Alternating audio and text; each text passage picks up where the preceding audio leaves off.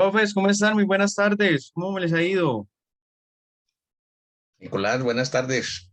Hola, profe Humberto, ¿cómo han estado? Afortunadamente bien. Qué bueno, profe, me alegra mucho. Bueno, profes, bienvenidos nuevamente a este espacio de formación, ya pues con tintes de despedida, porque pues, les cuento, profes, y como lo leyeron en el correo del día de hoy, este va a ser nuestro último encuentro sincrónico del curso Evaluación del Aprendizaje, Estrategias Innovadoras para la Presencialidad.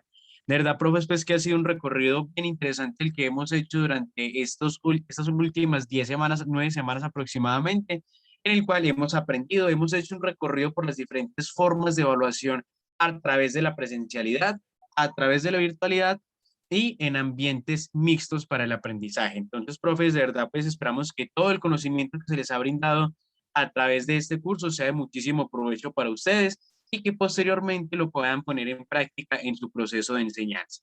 Bueno, profes, comenzamos hoy nuestro último módulo, el módulo número 5 llamado la evaluación innovadora. Y resulta, profes, que este curso va a tener una particularidad a diferencia de los otros módulos, que solamente va a tener un encuentro sincrónico. Entonces, al tener este encuentro sincrónico, pues les pedimos tener bastante disposición, ser bastantes participativos y que le saquemos el jugo a estas 2 horas en las cuales nos vamos a encontrar. Profes, contarles que el día de hoy nos acompaña nuevamente el profesor John Estiguar Gómez.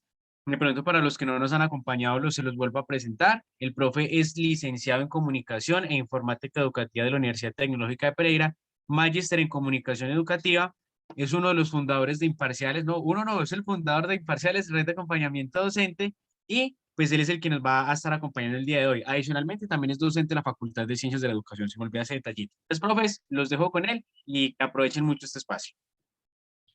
Gracias, Nico. Buenas tardes, profes. ¿Cómo están? ¿Cómo van todos? Muy bien, Stewart, gracias. Bueno, Y bueno, profe Guillermo, me alegra. afortunadamente bien. Eso está muy bien. Ya creería yo Buenas que... tardes, profe. ¿Qué más, profe Oscar?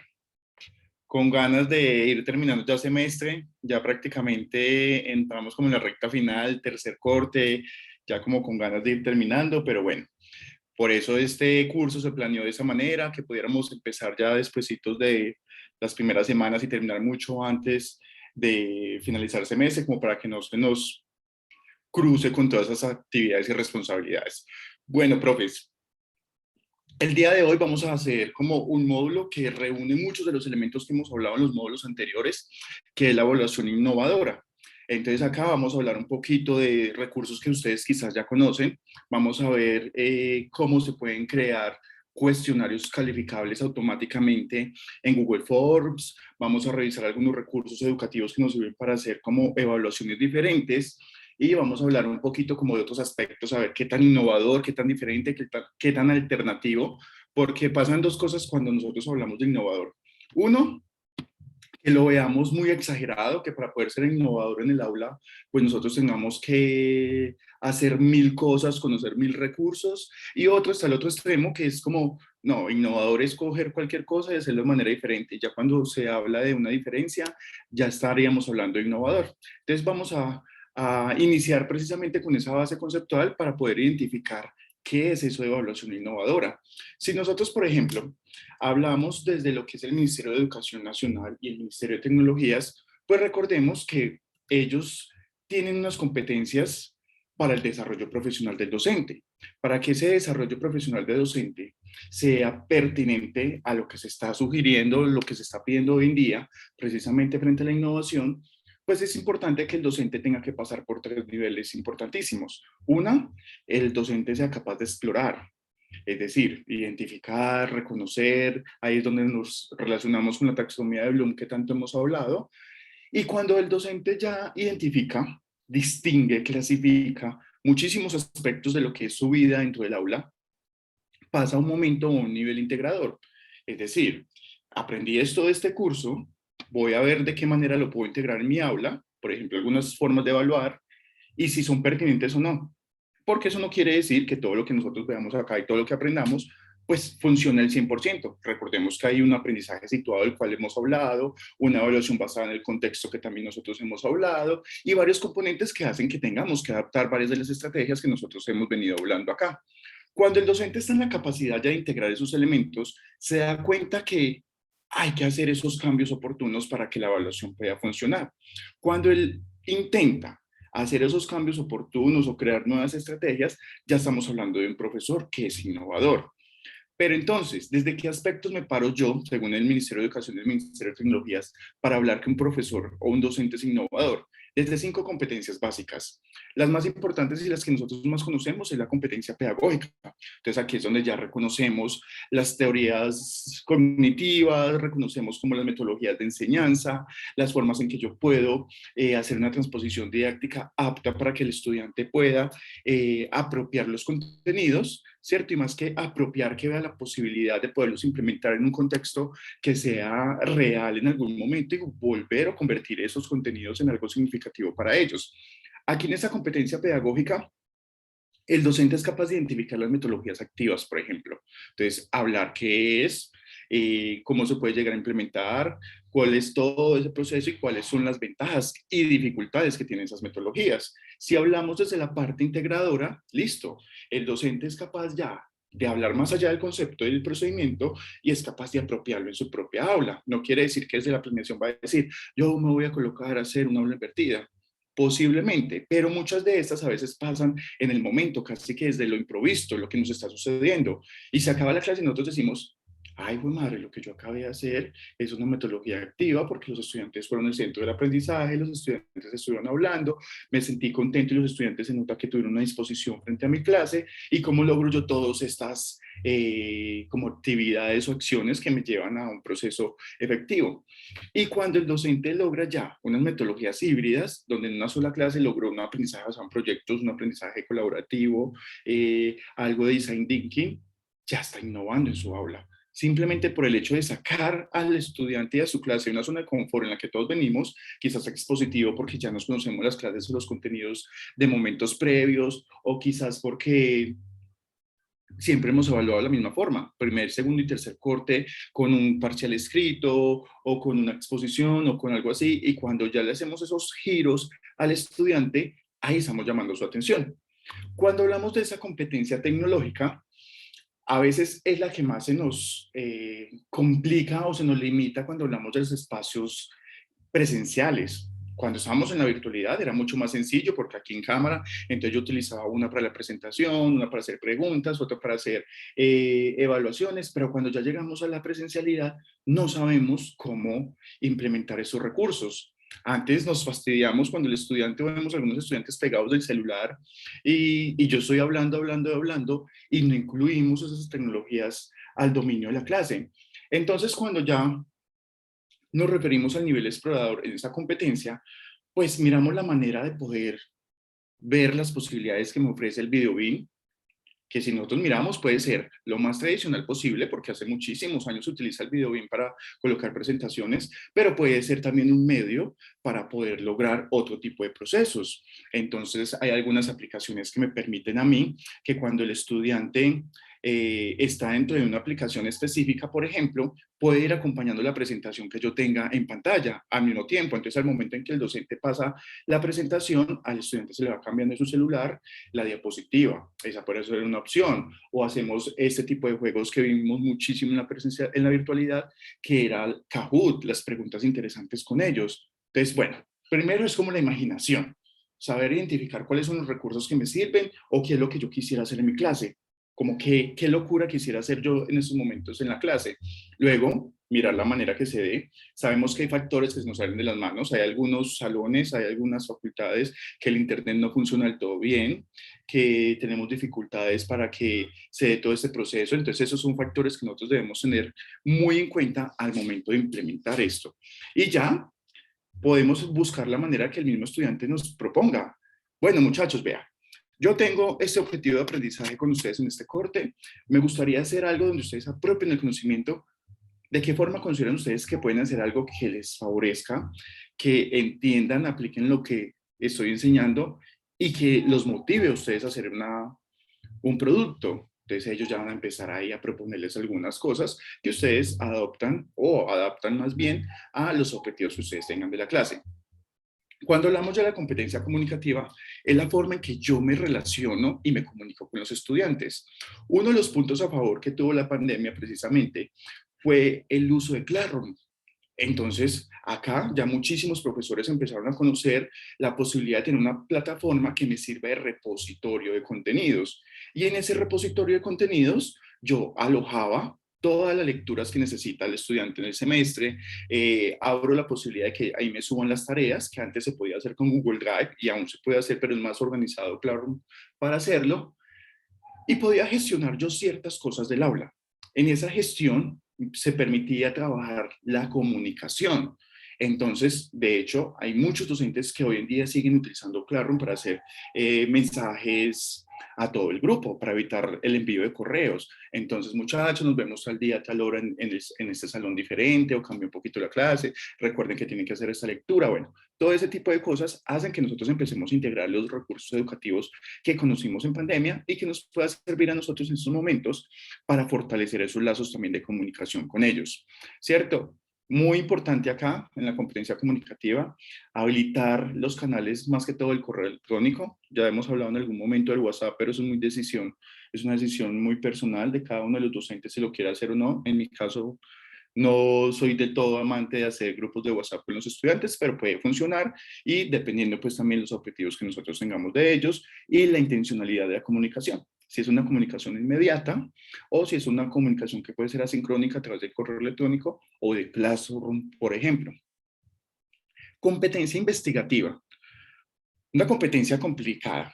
¿Por qué? Porque por lo regular hay docentes y hay estudiantes que consideran que la competencia investigativa se refiere a la realización de tareas. Muchachos, van a investigar qué es la revolución industrial, cuándo se dio la revolución industrial. Pero entonces esta investigación o esta parte que queremos generar en el estudiante sería muy bueno hacerlo desde la parte de curiosidad. Es decir, yo dar mis contenidos acá, dar una base al estudiante de lo que él puede encontrar, de lo que él puede aprender y que el mismo estudiante, si tiene la curiosidad, vaya e investigue por sí mismo. Entonces puede ser una opción de ir a hacer búsqueda de información o simplemente pues como cogemos algunos elementos de un contexto real, de un caso real, para que ellos puedan investigar algunas transformaciones, posibles cambios o todo lo demás, dependiendo cómo yo quiera trabajar la investigación. Solamente desde una búsqueda de información o estado del arte que pueda hacer el estudiante o desde la posibilidad de encontrar algunas opciones desde la investigación cualitativa o cuantitativa, como lo quería determinar yo. Entonces, aquí es donde nosotros empezamos a identificar los tipos de investigación, a integrarlo en el aula, en la forma en que yo pueda relacionarlo con esas metodologías activas. Y una manera bien buena de poder trabajar esto de manera innovadora es llevándolos también a obtener resultados frente a eso. Entonces, una relación de lo que se puede hacer de teoría y con práctica. Y por último, tenemos la competencia de gestión. Cuando hablamos de esa competencia de gestión, es la estructura que nosotros normalmente tenemos. Por ejemplo, cuando nosotros recibimos el programa al inicio y se lo compartimos a los estudiantes, nosotros tenemos una estructura que normalmente los estándares nos dicen 30-30-40. ¿Por qué? Porque siempre hablamos que en la semana 12, perdón, en la semana 8, debemos tener evaluado como mínimo, como docentes, un 30%. Entonces, de ahí ya parte todo, ¿cierto? Porque yo no puedo trabajar un primer corte con 25%, con un 10%, a no ser que yo lo divida en diferentes partes ese primer corte. Entonces, cuando nosotros hacemos esta identificación del porcentaje o la equivalencia de cada uno de los cortes, pues ya empezamos a mirar la posibilidad de trabajos o de actividades o de evaluaciones que podemos ponerle al estudiante. Algunos docentes, como en mi caso, nos gusta dejar unos puntos específicos que son estas semanas con las evaluaciones o los parciales que vayamos a tener, pero en el transcurso de las clases somos más flexibles al momento de identificar el momento oportuno para implementar actividades u otras evaluaciones que complementen esos cortes. ¿Por qué? Porque depende de la dinámica también de cada uno de los grupos. Sin embargo, desde la planeación, esa competencia de gestión es bien importante, poder determinar fechas exactas, poder determinar los objetivos de aprendizaje exactos que se puedan cumplir, cómo vamos a llegar a esos resultados de aprendizaje y todo lo demás. Es decir, que cuando nosotros ya tenemos claro, miren que son procesos que nosotros hacemos normalmente y de manera natural, pero a veces no somos conscientes de que todo esto hace parte de unas competencias generales o de algo que ya está sugiriendo también el Ministerio de Tecnologías y el Ministerio de Educación. Entonces son 5 competencias básicas que nosotros debemos tener en cuenta: la pedagógica, la tecnológica, la comunicativa, la de gestión y la investigativa. Asimismo, para poder trabajar esas 5 competencias, los ministerios nos dicen: bueno, profesor, si usted quiere ser innovador, primero, por favor, explore todo. Las metodologías, las estrategias de comunicación, la forma de evaluar, la forma de generar interés en la investigación de los estudiantes y la forma de utilizar algunos recursos educativos. Después de reconocer e identificar estos aspectos, miremos cómo lo integramos en el aula.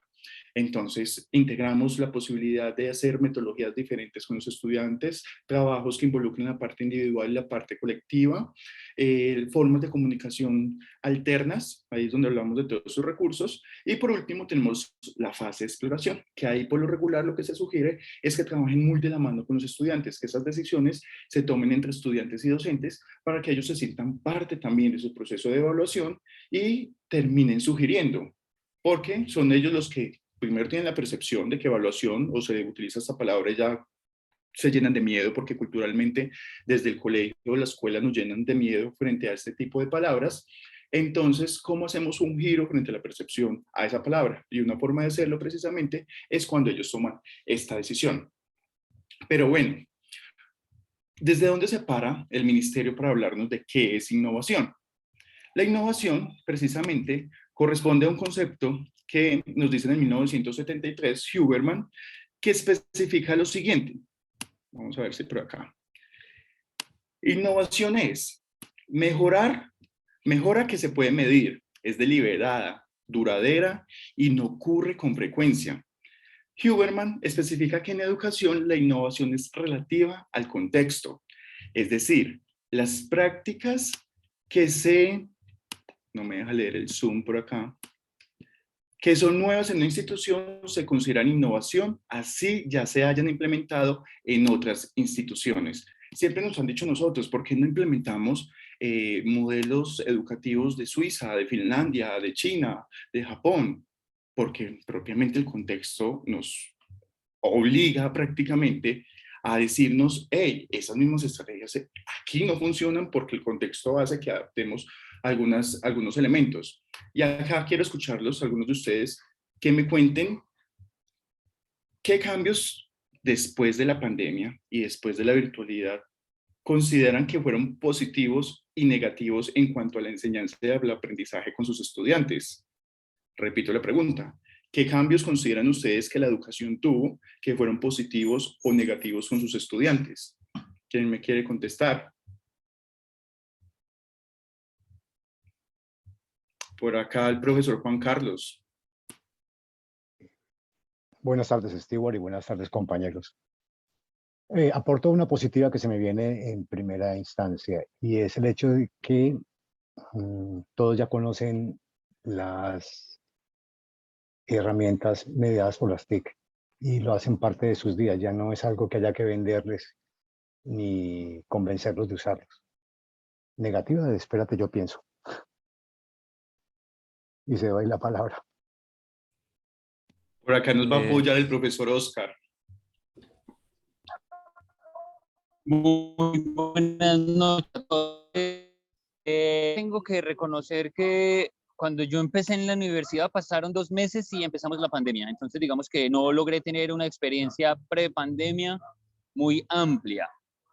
Pero creo que el cambio positivo después de este periodo de pandemia, pues que todavía realmente no se ha acabado, pero al menos volvimos a la presencialidad, digamos, de la era post-vacunal, es valorar más la interacción humana, la interacción cara a cara, los gestos de las personas, la incertidumbre en el aula, el silencio incluso. Hay una cantidad de comunicación no verbal que no es posible tener en la virtualidad. Entonces creo que recuperar eso, e incluso con más ganas que al principio, teniendo en cuenta que yo no estuve en la prepandemia, me parece como una cosa positiva. Creo que llega uno con ansias, con sed, con mucho interés de explotar al máximo esa interacción humana. Esa creo que es como lo más positivo que resalto en esta experiencia de retorno a la presencialidad. Y lo negativo, lo mencionaba usted hace un momento, es que la virtualidad nos pegó mucho a las pantallas y muchos estudiantes, por no decir todos, son muy dependientes a las pantallas. Luego es una batalla entre mantener la atención en el aula versus que ellos mantengan la atención en su chat, en su correo, en sus cosas. Entonces, esas son como las dos cosas que yo resaltaría. Gracias, profe Oscar. Ya le voy a dar la palabra al profe Guillermo. Mientras tanto, me quedó sonando eso en las pantallas, que miren que una forma de evaluar diferente e innovadora en estos momentos, que me da risa decirlo, es decirles que hagan un ensayo escrito a mano. Ustedes pueden creer eso, que eso ya es diferente para los estudiantes hoy en día. Muy loco. Profe Guillermo. Gracias, profesor Stewart. Mira, yo estaba tomando nota de no solamente los beneficios que nos trajo la pandemia a nivel académico, sino también a nivel corporativo.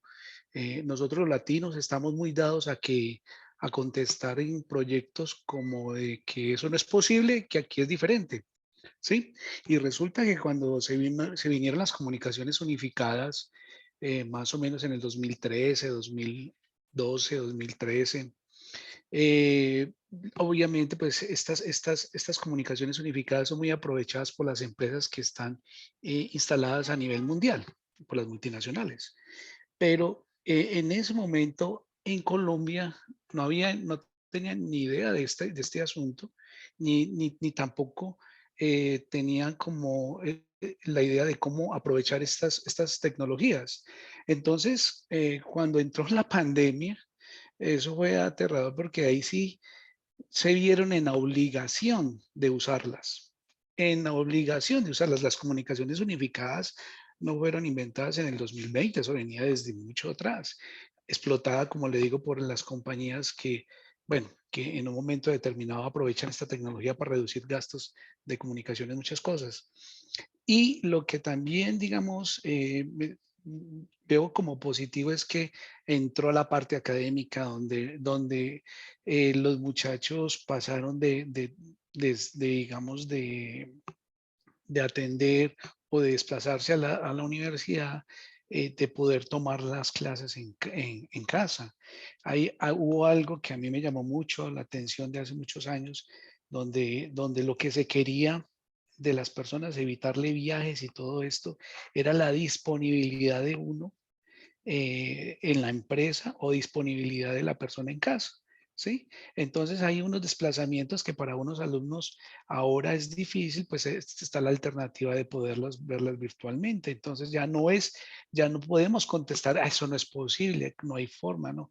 Eso ya pasó al pasado. Entonces yo lo veo, todo esto de pues todo esto, lo de la pandemia, lo que sucedió, con todos estos cambios que hemos hecho a nivel educativo y empresarial, muy positivos, más positivos que negativos. Muchas gracias, profe Guillermo. Por acá yo creo que el profesor Juan Carlos ya se acordó. Profesor Juan Carlos. Stuart, pero darle la palabra al profe Alejandro o al profe Guillermo que estaban. Listo. Profe Alejandro. Buenas noches, ¿me escuchan ahí? Sí, señor, lo escuchamos bien. Bueno, digamos que en cuanto a algo positivo que nos trajo la, la presencialidad, en mi punto de vista, fueron las preguntas de los estudiantes, porque veíamos que en la virtualidad uno daba el tema, o en el caso mío yo daba el tema, y los estudiantes en completo silencio.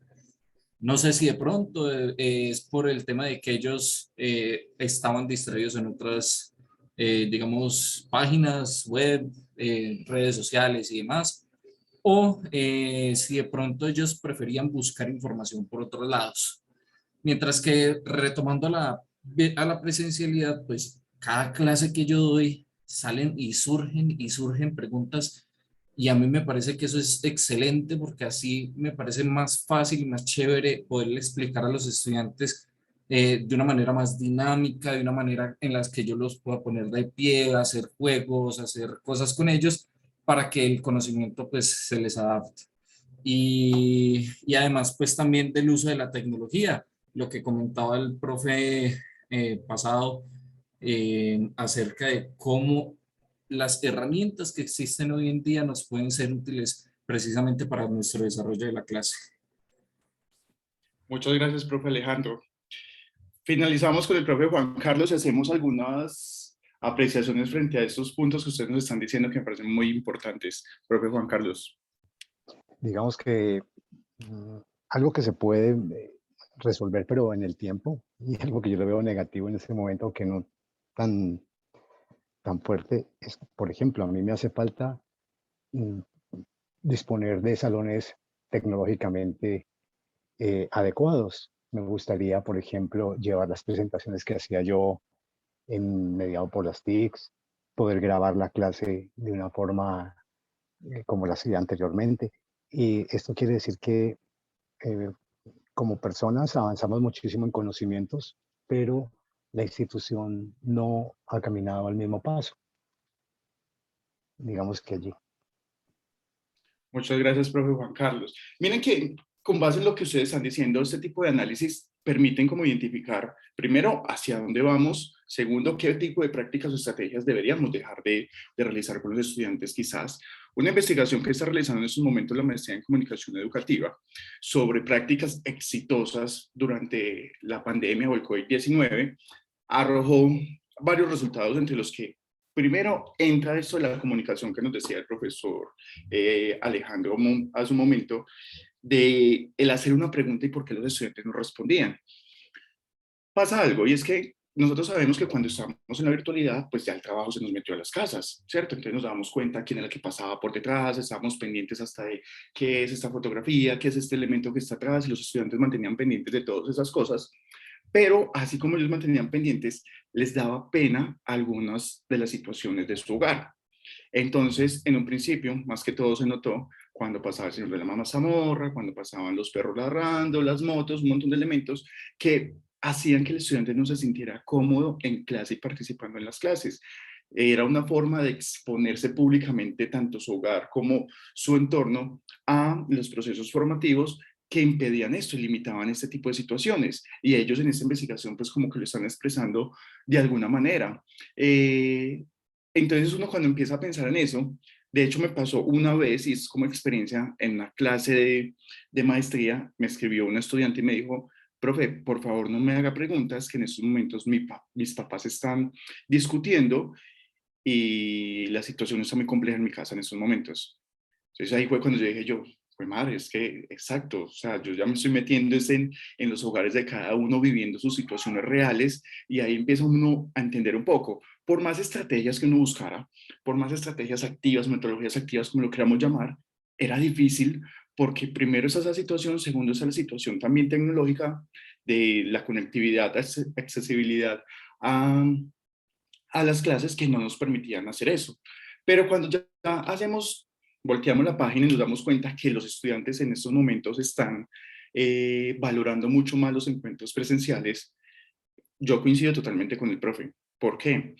Porque esto hace que las metodologías que yo ya vaya a implementar en clase me funcionen más las colaborativas, donde el estudiante se sienta a gusto trabajando con el otro de manera presencial. ¿Qué pasa acá? Cuando trabajamos de manera virtual era complejísimo trabajar en grupo por los horarios, porque tendría que ser casi que en el mismo horario de la clase y no esta clase, porque eso se tocaba impresionantemente con otras actividades que tenían los estudiantes. Y hoy en día la planeación cambia. Tanto así que lo que yo podía planear para una clase de 2 horas en la virtualidad, en la presencialidad yo puedo planear esa clase por ahí para 4 sesiones de 2 horas, porque está siendo tanta la participación de los estudiantes que permiten profundizar en aspectos, llevar a relaciones, poder mirar la posibilidad o su posición frente a algunos de los elementos de la cotidianidad que hace que ellos puedan implementar los conceptos que están viendo en clase. Entonces es bien interesante poderles sacar provecho a eso. Otra de las cosas que se encontraron en esta investigación es la percepción que se tiene. Se pensaba en algún momento, primero, que los docentes estábamos capacitados para trabajar con las TIC, porque hemos hablado que nos han capacitado un millón de veces, que hemos hecho un montón de cursos, nos dimos cuenta que no estamos tan bien como deberíamos. Segundo, por obligación subió esa alfabetización TIC, entonces ya no hay tanto analfabetismo frente a este tipo de implementación de estrategias, pero por obligación y de alguna manera funcionó. Y otra, que la percepción también estaba dada en que el estudiante era muy bueno con el manejo de las tecnologías. ¿Qué nos dimos cuenta?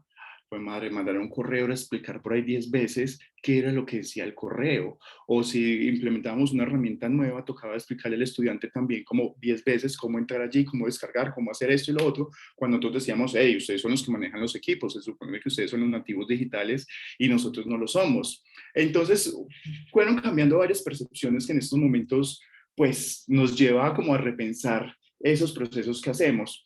Otro, apoyo totalmente lo que dice el profesor Juan Carlos, el término o el hecho de la infraestructura, por ejemplo, en el contexto de la UTP, sí hace complejo también el querer innovar con herramientas o con recursos educativos digitales, porque nos toca llevar el BioBin, pero si no tenemos un HDMI, hay computadores que ya no tienen el acceso a VGA, entonces no podemos utilizar el BioBin y nos toca hacer plan B de la clase. O si llevamos el BioBin, a veces encontramos en el aula no hay internet. Es muy difícil, es muy complejo a veces trabajar esto, pero bueno, la manera más apropiada de hacerlo es identificando cuáles son esos aspectos para poderlo lograr, si todas las condiciones se cumplen para poder llevar a cabo. Aquí, precisamente en este aspecto, Huberman nos dice que hay que utilizar varias estrategias de manera permanente. Esas estrategias de manera permanente se dan en dos tipos de sistemas: sistemas centralizados y sistemas descentralizados. Digamos que en ese sistema descentralizado, como lo estamos viendo aquí a mano izquierda de la pantalla, pues es más autoritario. Pero ¿qué pasa? A veces la apropiación de los contenidos y los conocimientos no es tan pertinente como nosotros queremos lograrlo en los estudiantes, ¿cierto? Porque es unidireccional, es casi que una manera expositiva o magistral de dar la clase, tipo seminario y todo lo demás, pero el mismo autor, imagínense, es de 1973, decirnos lo más pertinente en esos momentos es hablar de sistemas descentralizados, es decir, donde la voz la tengamos todos, y es un proceso más lento, pero en esa lentitud del proceso se da una apropiación mayor y un significado mayor a los conocimientos. ¿Cómo trabajamos esos sistemas descentralizados? Por ejemplo, yo tengo una actividad. La actividad en este primer corte fue a través de, no sé, conceptos que yo considero que son muy importantes y el objetivo estaba apuntando hacia allá. Yo les digo, bueno, para esa actividad del día de hoy, ustedes pueden hacer una infografía, un ensayo, un video o un podcast. El estudiante tiene 4 opciones para decidir en qué me lo encuentro, en qué lo desarrollan. En esa posibilidad de elegir la forma de presentarlo está el interés, está el tipo de habilidades que el estudiante tenga y la relación que tenga con ese tipo de habilidades, porque yo puedo ser muy bueno dibujando, ¿cierto? Pero de pronto yo quiero fortalecer un aspecto que sea el del podcast, o quiero fortalecer otro aspecto que sea el del video, la grabación y la edición del video. Yo lo que hago es crear el mismo objetivo del aprendizaje o el mismo objetivo de evaluación y darle la posibilidad de desarrollo diferentes o dejar esa posibilidad de desarrollo abierto. Y yo cuando voy a evaluar bajo los mismos estándares, que es que el producto tenga unos elementos específicos, pero la forma de entregarlo va a ser diferente. Ese tipo de situaciones, ese tipo de soluciones en el aula permiten que el estudiante se sienta, primero, como que parte del proceso de formación. Y segundo, oiga, usted fue el que decidió hacer eso. Usted pudo haberse ido por una más fácil, pero usted fue el que se complejizó diciendo, no, yo lo hago de esta manera. Por eso cuando ahorita hablaba el profesor que nos mencionaba sobre lo de en los computadores y las pantallas, que me dio risa lo del ensayo, es que es verdad. A los estudiantes, si hagan el ejercicio en clase, se les dificulta escribir a mano ya. Primero porque la ortografía de muchos, y creo que ustedes también lo han notado, es compleja. Y segundo, tipo de letra, que para nosotros en algún momento la caligrafía era súper importante, en estos momentos ya no lo es tanto. Entonces, como que entender eso, y siempre está la preocupación de los estudiantes, profe, pero usted sí me va a entender, profe, pero usted sí lee acá y sabe qué estoy diciendo. Y uno le toca, pues, casi que en algunos momentos usar gafas o estar muy pendiente de lo que ellos están diciendo, porque claro, las pantallas en estos momentos nos está corrigiendo ortografía, nos está corrigiendo en algunos casos redacción, o lo que están haciendo muchos en estos momentos ya es ir a citas, traer la cita, deformarla y poder cambiar las palabras. Y eso que ni siquiera necesitan los propios estudiantes cambiar las palabras. Ya hay páginas que me permiten a mí copiar, por ejemplo, creo que Plagiris es una que me permite, primero, identificar el nivel o el porcentaje de plagio que tiene un trabajo. ¿cierto? Y eso lo pueden hacer en línea cualquier docente. Tanto así que la universidad, cuando va a publicar ya libros, pasa todos esos procesos de la información que está llegando para la creación de los libros y determina el porcentaje de plagio. Si hay un porcentaje mayor, como el 10%, lo devuelven y le dicen, no, le toca corregir y cambiar esto porque hay un plagio muy grande ahí, ¿cierto? Y hay estas páginas que entonces, aparte de decirme cuál es la cantidad de plagio, me da la posibilidad de cambiar palabras. Entonces yo le coloco el párrafo y ellos de una vez, yo le doy clic y de una vez me cambia el mismo párrafo y me pone sinónimos. Entonces hay unos procesos mentales que el estudiante a veces no tiene que hacer porque la misma máquina se lo está haciendo. Y en ese sentido, es bueno llegar a otras estrategias de antaño.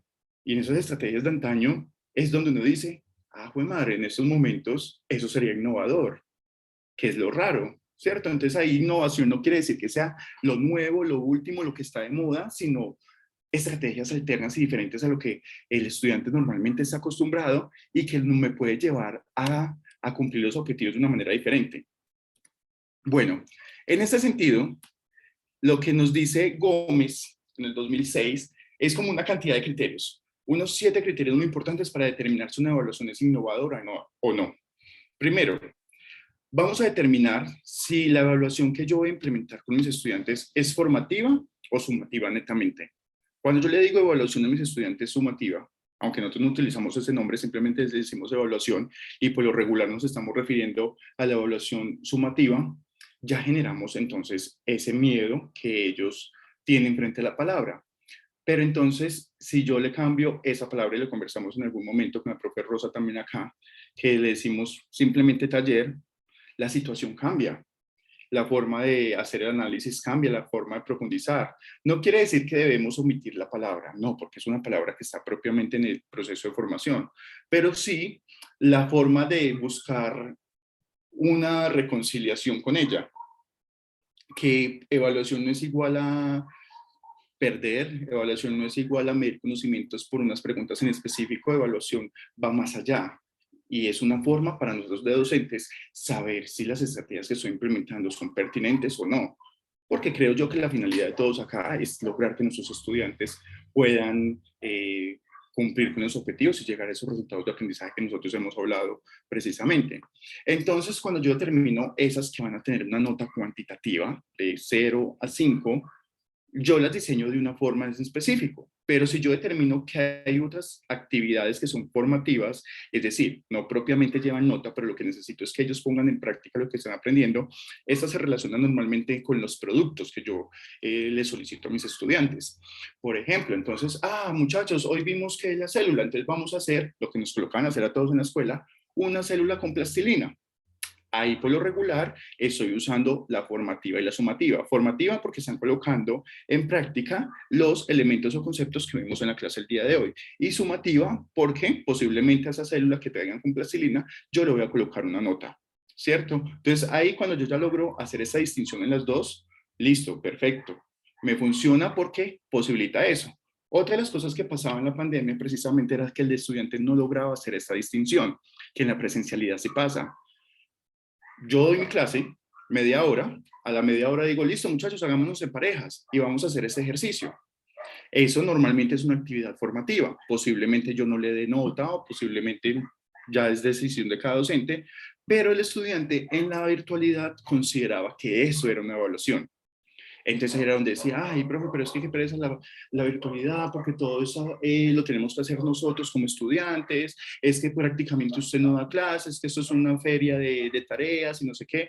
Y muchas de esas cosas que intentamos hacer en clase, como no nos daba la virtualidad, lo dejábamos para la casa, las actividades formativas. Entonces se complejizaba mucho más el asunto y el estudiante, pues por su percepción, cambiaba frente a ese tipo de actividades que eran formativas, que ahora poco a poco lo vamos logrando más. Por eso la posibilidad de la gestión del tiempo cambió. Lo que yo daba en una clase de 2 horas, que ahora lo doy en 4 clases de 2 horas, es porque permito incluir la forma de implementar actividades formativas también en el aula. Y el estudiante en la presencialidad como que no lo nota tanto como una manera negativa. Segundo, la planeación de las evaluaciones que yo voy a realizar es muy importante. ¿Por qué? Porque cuando yo voy a hacer una evaluación nueva, o de una manera creativa, la logística cambia. Ya no es solamente hacer o crear la hojita del cuestionario, sino que eso va evolucionando, tanto así que yo ya debo pensar entonces, bueno, si las posibilidades para crear el producto va a ser una infografía, ¿qué recursos le propongo? Ojo, nosotros como docentes no tenemos que ser expertos en todos los recursos educativos digitales, y eso es una de las primeras cosas que debemos tener en claro. Porque muchas de las veces cuando no implementamos los recursos educativos con los estudiantes es por miedo a que me lleguen a preguntar y yo no saber qué responder. Entonces, en ese sentido, es como, no, tengamos unas ideas básicas. Listo, ¿dónde pueden hacer la infografía? Donde usted quiera. Si usted quiere, lo puede hacer con historias de WhatsApp. Los estudiantes son súper buenos en WhatsApp en estos momentos. Y nosotros sabemos que en WhatsApp cualquier estudiante puede subir historias y puede agregar emoticones. Porque no hacen una infografía con emoticones? Y estamos involucrando el celular, estamos involucrando conocimientos previos de WhatsApp que yo no tengo que llegar a explicarles y estamos logrando lo que estoy haciendo yo en mi proceso de enseñanza. Listo, si usted no quiere hacerlo con el celular, lo hace en el computador y lo puede hacer en Word, lo puede hacer en PowerPoint, o si tiene internet, lo puede hacer en Canva o lo puede hacer en Pictochart, bueno, lo que se nos ocurra. Pero mire que están todas las opciones. El que tiene celular, que no necesita internet para hacerlo, el que tiene computador, pero no tiene internet, y el que tiene computador y tiene internet. Y son varias posibilidades. Bueno, pero entonces si yo digo, ay, vamos a hacer un podcast. Bueno, ¿qué tengo que aprender yo del podcast? Todos los celulares tienen grabación de voz. Y si los celulares no tienen grabación de voz, tienen WhatsApp. Y yo en WhatsApp puedo hacer notas de voz. Y esas notas de voz me pueden servir a mí para hacer un podcast. ¿Qué tendría que hacer el estudiante? La creación de un guión. Entonces yo puedo acompañar al estudiante a que vaya desarrollando ese guión, cuáles son las partes que yo quiero que el podcast lleve, y a partir de ahí ellos crean eso y luego lo van a leer, van a tener el audio y me lo van a enviar a mí al correo. Y yo ya escucho, puedo hacer 1000 cosas mientras que voy escuchando la actividad que ellos desarrollaron. Miren que son diferentes opciones y cada una de esas opciones tiene unas planeaciones o una forma de hacer logística diferente, de pre, pro y postproducción también para la calificación. Tercero, interiorización de herramientas. Bueno, yo les decía que no es súper importante conocer todas las herramientas, sin embargo, sí es importante ir llevando poco a poco al estudiante a esas herramientas. No es solamente llegar a decirles, bueno, hoy vamos a hacer un folleto en Publisher. Y el estudiante, pero, profe, nunca he visto Publisher. No, entonces yo les digo, bueno, vamos a hacer un folleto, ¿qué recursos o qué herramientas conocen ustedes que me permitan a mí hacer folletos? Y ellos nos van a dar opciones. O si no, yo llego y les presento una que yo ya conozca previamente, se las muestro de forma básica de lo que puedan realizar y eso es lo que él hace referencia frente a eso, la interiorización de las herramientas. Cuarto punto, súper importante, ser creativos. Siempre nos vamos a alimentar de ideas de otros, siempre nos vamos a alimentar de cosas que vimos en otras partes o que alguien nos comentó porque se nos ocurrió en algún momento. Pero entonces siempre lo vamos a adaptar a nuestros intereses y en esa adaptación es que está la creatividad.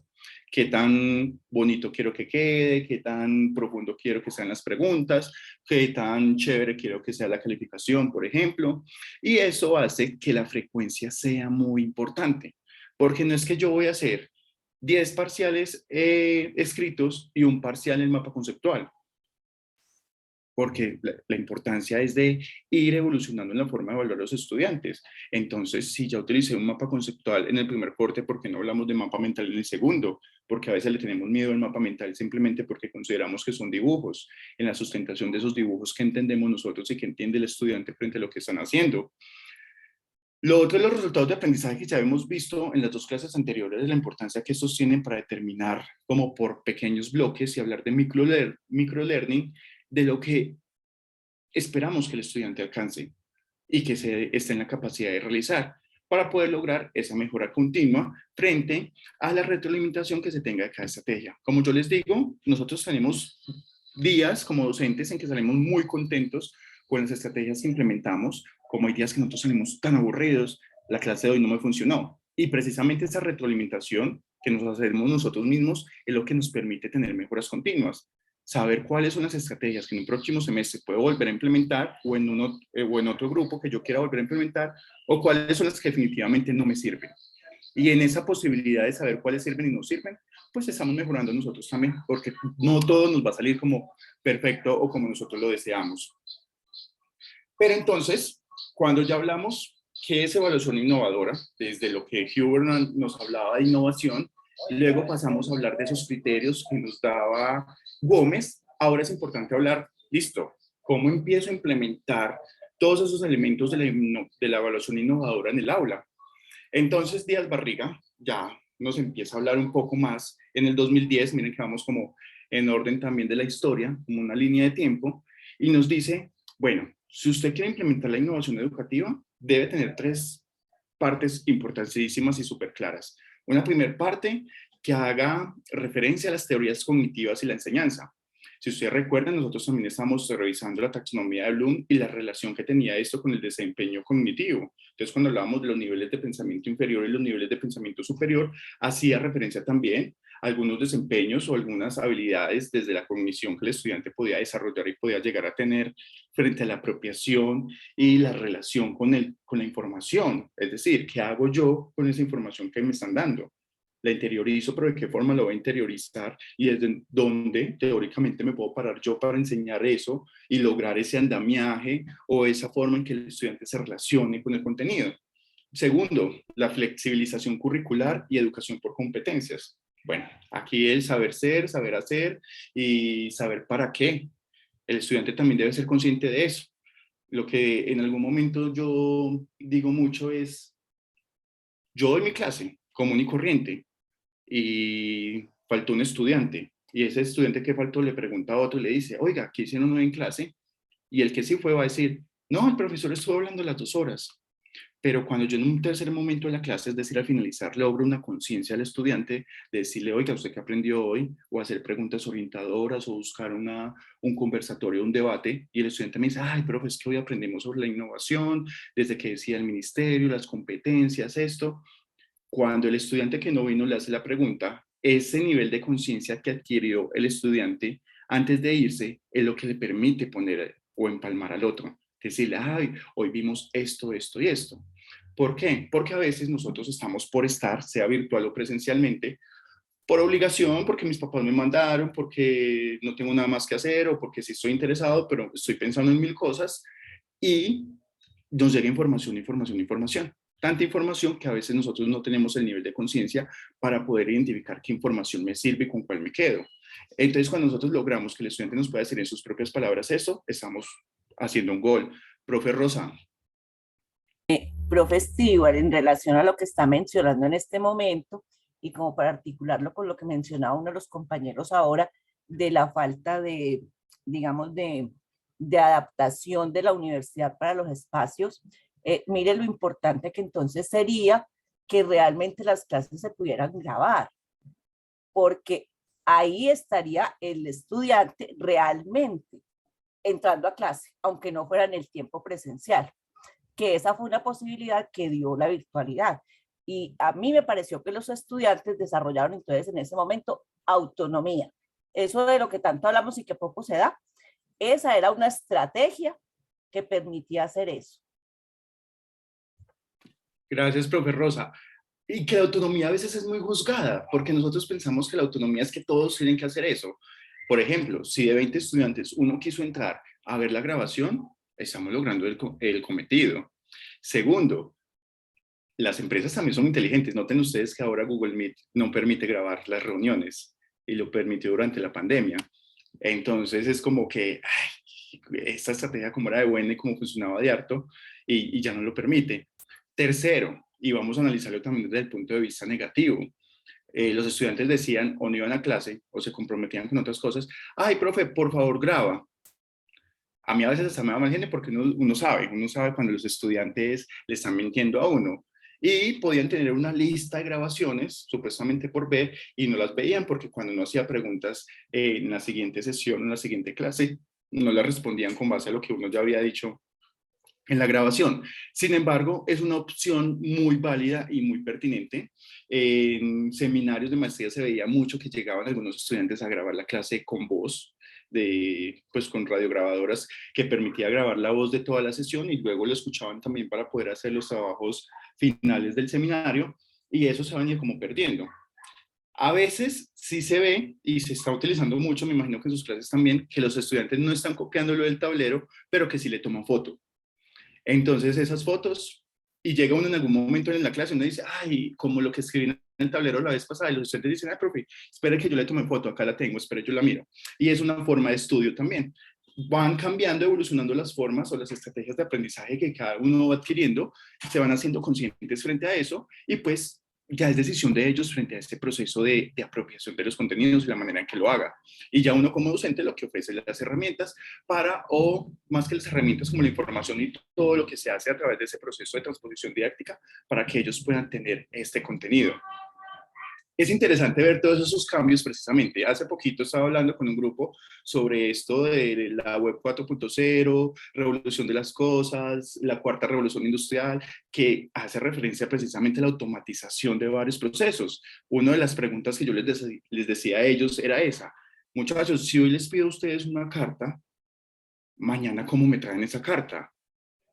Y casi que el 90%, 100% la va a traer a computador, porque se ha automatizado tanto eso que nosotros llegamos a ver una carta hoy en día a mano y ya decimos que falta de presentación, ya decimos qué es esto, porque no lo hizo en el computador, qué pasó, porque ha cambiado muchísimos estos aspectos. Y así como vamos a empezar a ver diferentes procesos automatizables o que ya para nosotros es muy normal y muy cotidiano, pues va a pasar muchísimo también en la educación. Entonces, acá es simplemente no ponernos a pelear con todas estos cambios educativos, donde el estudiante tiene unas estrategias diferentes, y segundo, mirar a ver qué aprendemos también de esos procesos nuevos, porque en esos procesos nuevos está la posibilidad también de cambiar estrategias de enseñanza y gestionar estrategias que permitan. A todo lo que los estudiantes o nosotros estamos haciendo hoy en día, hay que sacarle un lado interesante para la educación. Ah, listo, mantienen TikTok en estos momentos y TikTok es una herramienta para bailar. Bueno, el baile no se relaciona mucho con mi clase, pero TikTok me permite a mí simular voces. ¿Qué conversación interesante puedo hacer yo para que los estudiantes estén apropiando algún contenido? O que les puedo pedir a través de TikTok, puede ser el formato de grabación horizontal y edición en formato de TikTok para que ellos puedan presentarme el trabajo. Nada más leía también esta semana que el mercadeo de TikTok fue tan importante que a los videos de TikTok no le decimos videos, les decimos TikTok. ¿Y cuántos años llevamos nosotros con YouTube, por ejemplo? Y nunca hemos dicho los YouTube, siempre hemos dicho los videos de YouTube. O siempre nos hemos referido como tal a la palabra video. Pero si ustedes recuerdan, todo lo que es con TikTok ya no se le dice video, sino que se le dice TikTok por todas las características y estéticas que tiene este tipo de elementos. Entonces, más que una invitación acá, más que satanizar este tipo de situaciones o de cosas que el estudiante pueda llegar a hacer, es buscar la manera en que nosotros la podamos integrar acá y mirar que ellos a gusto lo van a hacer y lo van a entregar y nosotros nos vamos a sorprender con los resultados. Díaz también nos dice entonces que en esta educación por competencias, pues es importante que ellos aprendan más allá de los conceptos, también a relacionarse con las habilidades y con las actitudes que nosotros consideramos. Recordemos que hoy en día se habla mucho de las habilidades blandas, habilidades del siglo XXI, donde está el pensamiento lógico-matemático, desde las habilidades del siglo XXI y las habilidades blandas de cuando hablamos de liderazgo, el trabajo en equipo, casi que esas mismas cosas cuando van a contratar a alguien.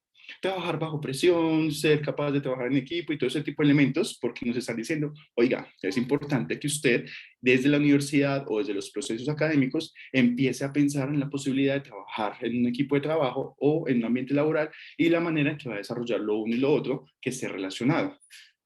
Y tercero, pues Díaz Barriga también nos dice, oiga, listo, usted ya sabe de metodologías activas, usted ya sabe de la educación por competencias y cómo vamos a incluir entonces las nuevas tecnologías de la información y la comunicación.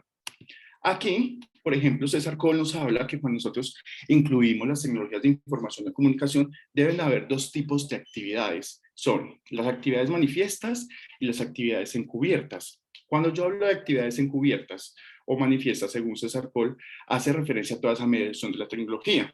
Por ejemplo, listo muchachos, en estos momentos nos vamos a reunir en grupos de trabajo. Estrategia o actividad manifiesta, trabajo colaborativo. Estrategia encubierta, lo que yo quiero lograr al conformar los equipos de trabajo. Que por ejemplo la profesora Rosa no se conoce con el profesor Frank, entonces los voy a hacer en el mismo grupo, o tienen los mismos intereses, o tienen pensamientos muy parecidos. Entonces eso es como todas las jugaditas que nosotros como docentes a veces hacemos, pero que el estudiante no es consciente de eso. A él hacer a ese tipo de actos es lo que César Coll hace referencia como actividades encubiertas, y que nosotros hacemos muchísimo eso. Simplemente cuando un estudiante acaba de primero y le decimos, venga, ayúdele a tal compañero, es porque estamos tratando de nivelar. Actividad manifiesta, trabajo en parejas. Actividad encubierta, tratar de nivelar intereses. Bueno, si nosotros analizamos las teorías cognitivas a partir de Brunner, por ejemplo, nos dice que es todo ese proceso de conocer y aprender que tiene el ser humano, pero entonces lo categoriza a través de algunos elementos. Por ejemplo, Brunner nos dice en la teoría cognitiva, el aprendizaje puede ser dado por descubrimiento. ¿Qué métodos puedo utilizar yo para que el aprendizaje se dé por descubrimiento? Más que todo el método inductivo, es decir, que hay una generación de reglas, y esto se hace a través de una enseñanza que va siendo guiada. Por su lado, Oswald nos dice, vea, puede haber un aprendizaje por recepción, emisor, receptor, ¿cierto? Pero entonces ese aprendizaje por recepción puede ser deductivo. Miren que aquí hay una gran diferencia, hablar desde lo inductivo y hablar desde lo deductivo. Quiere decir que puede ser a través de lo que el estudiante deduce, lo que yo le estoy enseñando, puede ser a través de ejemplos. Entonces, a través del ejemplo que yo le estoy dando, la situación problemática que yo le pueda generar, ¿cómo hago que el estudiante pueda aprender? Y esto se puede dar a través de enseñanzas expositivas, más que todo. Yo le doy acceso al profe, a través de enseñanzas expositivas. Bueno, entonces, cuando hacemos referencia a estas teorías cognitivas, es porque el estudiante está en la capacidad de participar en todo el proceso de aprendizaje, desde conocer lo que está aprendiendo, moldear la información que se le está dando, y tercero, y lo más importante, interpreta lo que yo le estoy enseñando. Cuando existe esta interpretación, es lo que permite que el estudiante pueda aprender. Entonces, si nosotros tenemos esa base de lo que puede ser las teorías cognitivas y lo relacionamos con las competencias, pues sabemos que tenemos como base lograr con las evaluaciones 4 aspectos importantes. Primero, ¿qué le estoy enseñando al estudiante? Es decir, yo le voy a preguntar al estudiante, ¿usted qué está aprendiendo? Y él, ¿qué me dice? Es decir, que necesitamos en algunos casos, no sé si lo literal o no sé si la interpretación, pero por lo menos sí unas definiciones de lo que yo le estoy enseñando. Segundo, saber cómo. ¿Cómo puedo llegar yo a implementar esto? ¿En qué contexto? Tercero, ¿cuándo es pertinente implementar esto que usted está aprendiendo? Dígame en qué tipo de situaciones, cómo lo modificaría, cómo lo implementaría, y cuándo es pertinente hacerle cambios y cuándo no es pertinente hacerle cambios. Y último, ¿para qué está aprendiendo usted esto? ¿Para qué lo implementaría? Cuando el estudiante logra esa conciencia de estas competencias, ya estamos hablando de un proceso de autoevaluación significativo totalmente. Es decir, logramos sacarla del estadio cuando el estudiante logra esto. Y eso no solamente se puede llegar a hacer desde la parte de la autoevaluación, sino que desde la coevaluación y la heteroevaluación también sería interesante lograr que el estudiante pueda reconocer estos 4 aspectos para poder hablar de evaluación. Bueno, pero entonces, ¿qué otras formas existen para hacer evaluación innovadora? Porque no es solamente llegar a hacer algunos cambios, sino que hay algunas específicas que nos proponen los medios también. Y yo acá les voy a hacer preguntas porque a veces yo dudo de la innovación de algunas de esas herramientas que nos proponen algunos autores. Por ejemplo, la rúbrica de evaluación. ¿Quién me quiere contar qué es una rúbrica y si considera si es innovadora o no es innovadora y por qué? ¿Qué será una rúbrica que nos pueda explicar? Profe Keivis. Pues yo entiendo por una rúbrica como una serie de reglas que uno puede poner a un tipo de evaluación. O sea, digamos, puedes poner listo, pues, digamos, estás con un objetivo en esa evaluación, pones, tiene que tener esto, esto y esto y esto, y si cumples 4 de esas 5, apruebas. Si tienes menos de 3, no apruebas. Es un ejemplo. ¿Lo ha implementado, profe? ¿Le ha funcionado? Sí, lo implemento sobre todo cuando son talleres largos. de 5 o 6 días para entregar. Y es lo que mejor ha Listo. funcionado con los estudiantes, porque no se someten a estar bajo presión de que tengo que entregarlo completamente, sino que, digamos, o Listo. sea, sobre todo que tengan tiempo de desarrollar un buen trabajo y entreguen lo Ujú. que más puedan. Le hago una última pregunta, profe Keivis. ¿Qué es nivel de escala, o cómo se dice? Sí, nivel de calificación o escalas de calificación utiliza usted en esas rúbricas de evaluación? Cuando yo manejo rúbricas, yo no califico de 0 a 5. Yo Ok, manejo es aprobado o no aprueba ok. en ese criterio. Es Y lo si que lo yo utilizo llevamos cuando solo, trabajo. si lo llevamos a lo cuantitativo sería 0 o 5, ¿cierto? Si No. lo llevara a lo cuantitativo, creo que lo trabajaría más bien como 0, 2, 5 y 5. Más bien con 3 posibilidades. Ok, listo, profe. Ya ahorita voy a explicar por qué todas esas preguntas. Profe Juan Carlos. Digamos que una definición que se me ocurre sería como los términos de referencia con los cuales se va a emitir un juicio de la aplicación del instrumento, con lo que se genera una evaluación que en nuestro caso pues es numérica. Listo, profe. ¿Le ha Perdón. funcionado cuando lo implementa? Y claro, antes de pandemia también ya lo implementaba. Ok. Una, Profe Humberto. a mí que no me funciona la manito. Bueno, eh, yo no las llamo rúbricas, no sé si esté equivocado. Yo lo llamo estándares de evaluación.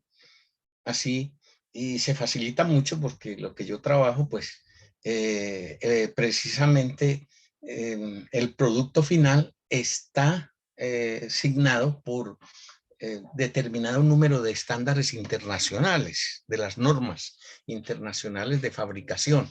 Me ha dado excelente resultado. Y en cuanto a la nota, ya lo comentaban alguna vez, desde el comienzo del semestre, en la primera clase, yo acuerdo con ellos una nota objetivo. Es decir, si se cumplen esos estándares o no se cumplen. Si se cumplen, entonces se coloca, en la medida en que se cumplan, se coloca una nota objetivo que generalmente la ubican ellos entre 4 y 5, pues numéricamente. Si no se cumplen con el estándar, entonces viene algo que me ha dado excelente resultado, el proceso de mejoramiento. Entonces, ¿qué se hace? Por eso la evaluación yo no la hago en un determinado tiempo, en un determinado día, en un determinado salón, a una determinada hora. No, yo la corro en el tiempo. Ejemplo, mañana comienzo la última evaluación. Mañana, la clase de mañana. Entonces, o sea que de aquí, de mañana que es 4 hasta el 18, corre la evaluación de todo el proceso que hemos llevado, donde se reafirman conceptos, donde se redescubren elementos que ellos de pronto no lo habían entendido o lo habían entendido de otra forma. Entonces, yo utilizo mucho el término estándares de evaluación y ellos conocen qué estándares, sobre qué estándares se van a hablar, y es fácil porque, repito, pues el producto que nosotros obtenemos está precisamente relacionado con las normas ISO, normas internacionales de fabricación y de manufactura. Eso no sé si ese era lo que yo hago, y a mí me ha dado excelente resultado eso, Listo, inclusive en profe. la pandemia. Muy bien, profe. Profe Rosa. Bueno, de entrada les cuento que yo no utilizo la rúbrica, porque yo con las rúbricas tengo eh, un distanciamiento. Después de leer a Sergio Tobón, que plantea todo el asunto de evaluación por competencias, la rúbrica se convierte en un instrumento de evaluación cualitativa que está pegada de los estándares en competencias, y si leemos bien estándares en competencias desde el Ministerio de Educación, estos están creados desde una filosofía de cómo se complejiza el nivel de conocimiento y cómo se va logrando. Entonces, traducir eso a una escala numérica, entonces yo por eso no la uso, porque yo no utilizaría una rúbrica que es valorativa en términos cualitativos para convertirla en una escala numérica. Es que ahí es donde entra lo complejo, de hablar de lo cualitativo, que mira que es lo que está buscando la evaluación innovadora, que es llevarnos hacia la parte cualitativa, pero cuando yo les pregunto, el sistema nos lleva a la parte cuantitativa. Profesor Oscar. Sí, buenas noches otra vez. Muy compleja la discusión, pero hace un par de semanas les puse a los muchachos un ensayo. Por supuesto, cuando uno está en el plano del ensayo, escriban un ensayo, hay una cantidad de subjetividad, de emociones, cosas difíciles de cuantificar. Y frente a ese ensayo quise implementar la rúbrica. Y me vi en la tarea de definir los términos sobre el cual se iba a obtener la calificación. Porque claro, en medio de toda esta discusión de metodologías innovadoras, uno tiene que dar una nota que es un número de 0 a 5. Básicamente incorporé la extensión, puse un rango de extensión, dije que ese ensayo debía tener unos componentes, como por ejemplo debería tener unas referencias bibliográficas claras, debería tener un abordaje desde los indicadores, que es lo propio que yo manejo en mi asignatura, y que finalmente iba a valorar la opinión. O sea, más allá de la referencia teórica y más allá del indicador, ellos tenían que, digamos, hacer oír Sustentar. su voz. Exactamente. Entonces, a mí me pareció muy enriquecedor el ejercicio porque abordé digamos, una tarea, una actividad cualitativa, es decir, ahí no había que poner falso, verdadero, elegir entre A, B, C y D, sino que ellos se expresaron, ¿cierto? De acuerdo a unos temas en particular. Y creo que para mí fue muy fácil calificarlo, porque yo ya sabía, tiene los indicadores, tiene la referencia, cumplió con la longitud que se esperaba, incorporó la opinión. Entonces yo creo que la rúbrica, primero, fue claro para ellos para saber qué cosas debían cumplir y qué cosas debían incorporar en lo que iban a escribir. Y segundo, porque a mí me facilitó la calificada de todo eso. Entonces, mi experiencia es poca, pero hace una semana la implementé y compañeros, a mí me fue muy bien. A mí me fue muy bien con eso. Yo creo que uno de los aspectos que le haya servido para él también es la especificidad o el ser tan específico a la hora de colocar los criterios de evaluación y la relación que tenga con las escalas de valoración precisamente. Profe Juan Carlos. Sí, yo estoy de acuerdo con la profe Rosalena. Digamos que va en otro camino hacia lo que se propone como aprendizaje por competencias. Sin embargo, la normatividad de la universidad lleva a que necesariamente hay que hacer una calificación. Y también con el profe, que no mire el nombre que comentó hace un momento, la rúbrica facilita hacer esa interfaz entre los elementos de juicio con los que se mide, y es una guía para el estudiante saber qué le van a medir. Por ejemplo, yo a veces pongo y digo, listo, un video, al video le puso valor agregado, le puso animación, etcétera, entonces tiene un porcentaje más, y de allí pues se facilita el proceso para convertir algo numérico que no se puede evitar con la normatividad existente, pero estoy de acuerdo con la propia Rosalena. Gracias, profe. Sí, de hecho, ustedes saben que es complejo cuando un estudiante se acerca y nos dice, profe, ¿por qué saqué esta nota? Primero, por acordarse uno por qué puso esa nota, porque a veces esto no cumplen con los 5 días hábiles después de calificar. Y segundo, porque nosotros sabemos como docentes también que el proceso de evaluación a veces es difícil que sea objetivo. O sea, en el sentido en que, listo, estoy calificando el ensayo con el profesor Oscar, ¿cómo sé yo si debería ponerle un 3, un 4, un 5? A veces se nos dificulta a nosotros poder sustentar también esto. Entonces, a veces entran por ahí algunos criterios de que el estudiante es juicioso, que el estudiante participa mucho en clase, otros elementos que son externos y que a veces no hacen parte de lo que en realidad debería tener criterios de evaluación de alguna actividad en específico. Muy importante el momento de crear una rúbrica, Los criterios, entonces, lo que más se aconseja en estos momentos es hablar de criterios de 0 a 5 precisamente, 0 si no entregó y 5 si está excelente la entrega. Y ya con esos dos elementos empezar a jugar con esto. Una escala de valoración entonces de 1, 2, 3, 4 y 5. Sobre cada una de esas valoraciones que yo le hago, identifico unos estándares o unos criterios a evaluar. Entonces yo, por ejemplo, si me voy hacia la parte cualitativa, puedo hablar entonces de no aprobado, aprobado, básico y alto, posiblemente. Pero yo ya juego con eso o simplemente lo dejo de forma cuantitativa con estos ítems. Pero es importante la explicación de cada uno de esos elementos. Por ejemplo, si estoy hablando de un video, como mencionaba el profesor Juan Carlos, entonces, cumple con los criterios solicitados. Por ejemplo, en ese caso es 1, 2, sí o no, ¿cierto? Eso hace que yo pensaría la posibilidad de, si me permite esa pregunta, evaluar o dar una nota objetiva a lo que estoy buscando, o la reacción tendría que ser diferente. O determino si los criterios que estoy solicitando los puedo ir desglosando. Entonces, al desglosar cada uno de esos criterios, ya puedo mirar el objetivo pedagógico o el objetivo de apropiación de los contenidos se logró de manera pertinente, de manera parcial, no se logró. Ahí ya me permite ir identificando estos ítems y al final hago pues una cuenta promedial de ese número, de esa calificación que puedo tener de cada estudiante.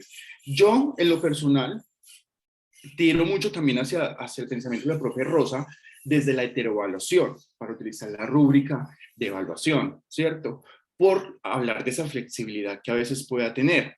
Esa flexibilidad, listo, al iniciar o al cambiar los ítems de calificación, por ejemplo, yo lo que hago al final de cada corte, entonces es decirle a los estudiantes, bueno, ¿qué porcentaje considera usted que se le debe dar a esa actividad? Eso me permite esta flexibilidad y que ellos se sientan pues parte también del proceso.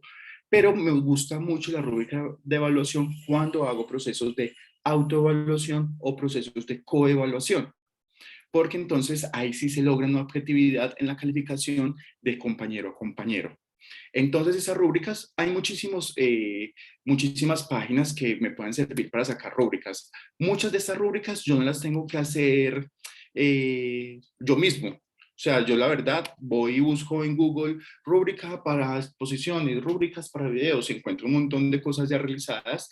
Estos recursos que están viendo en pantalla, que Rubric, eRubric, Rubric Maker, Evalcomics, CoRubric, Rubistar, Aditio App, son precisamente plataformas para hacer rúbricas, donde ya hay muchísimas. O simplemente, como les digo, en Google colocar rúbrica tal para editar y ya me aparece el formato en Word para agregar ítems, para cambiar ítems o simplemente para dejarla así tal cual. Y eso me sirve a mí entonces para lograr esos procesos de coevaluación. Entonces yo le digo, listo, califíqueme entonces a su estudiante, a su compañero. ¿Desde dónde se está parando usted para darme esa nota?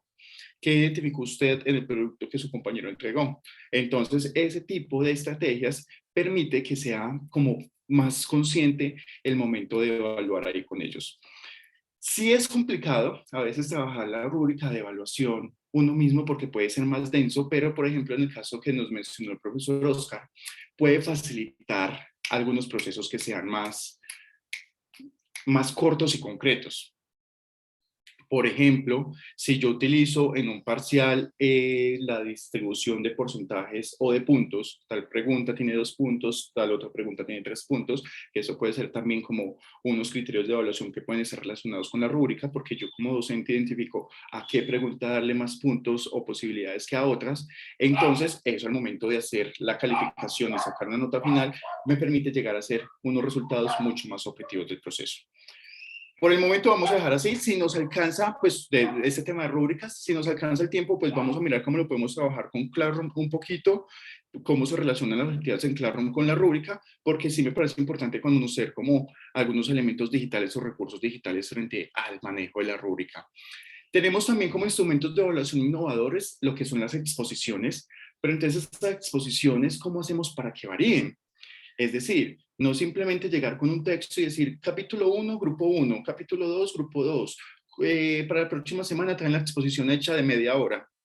¿Ustedes qué propuestas utilizan a la hora de exponer? ¿Le hacen algún cambio que ustedes digan, esto es diferente, esto es innovador, esto es chévere para el estudiante? ¿O se van hacia lo tradicional de la exposición? ¿Alguien tiene alguna experiencia que nos quiera contar frente a las exposiciones que considere que es innovador?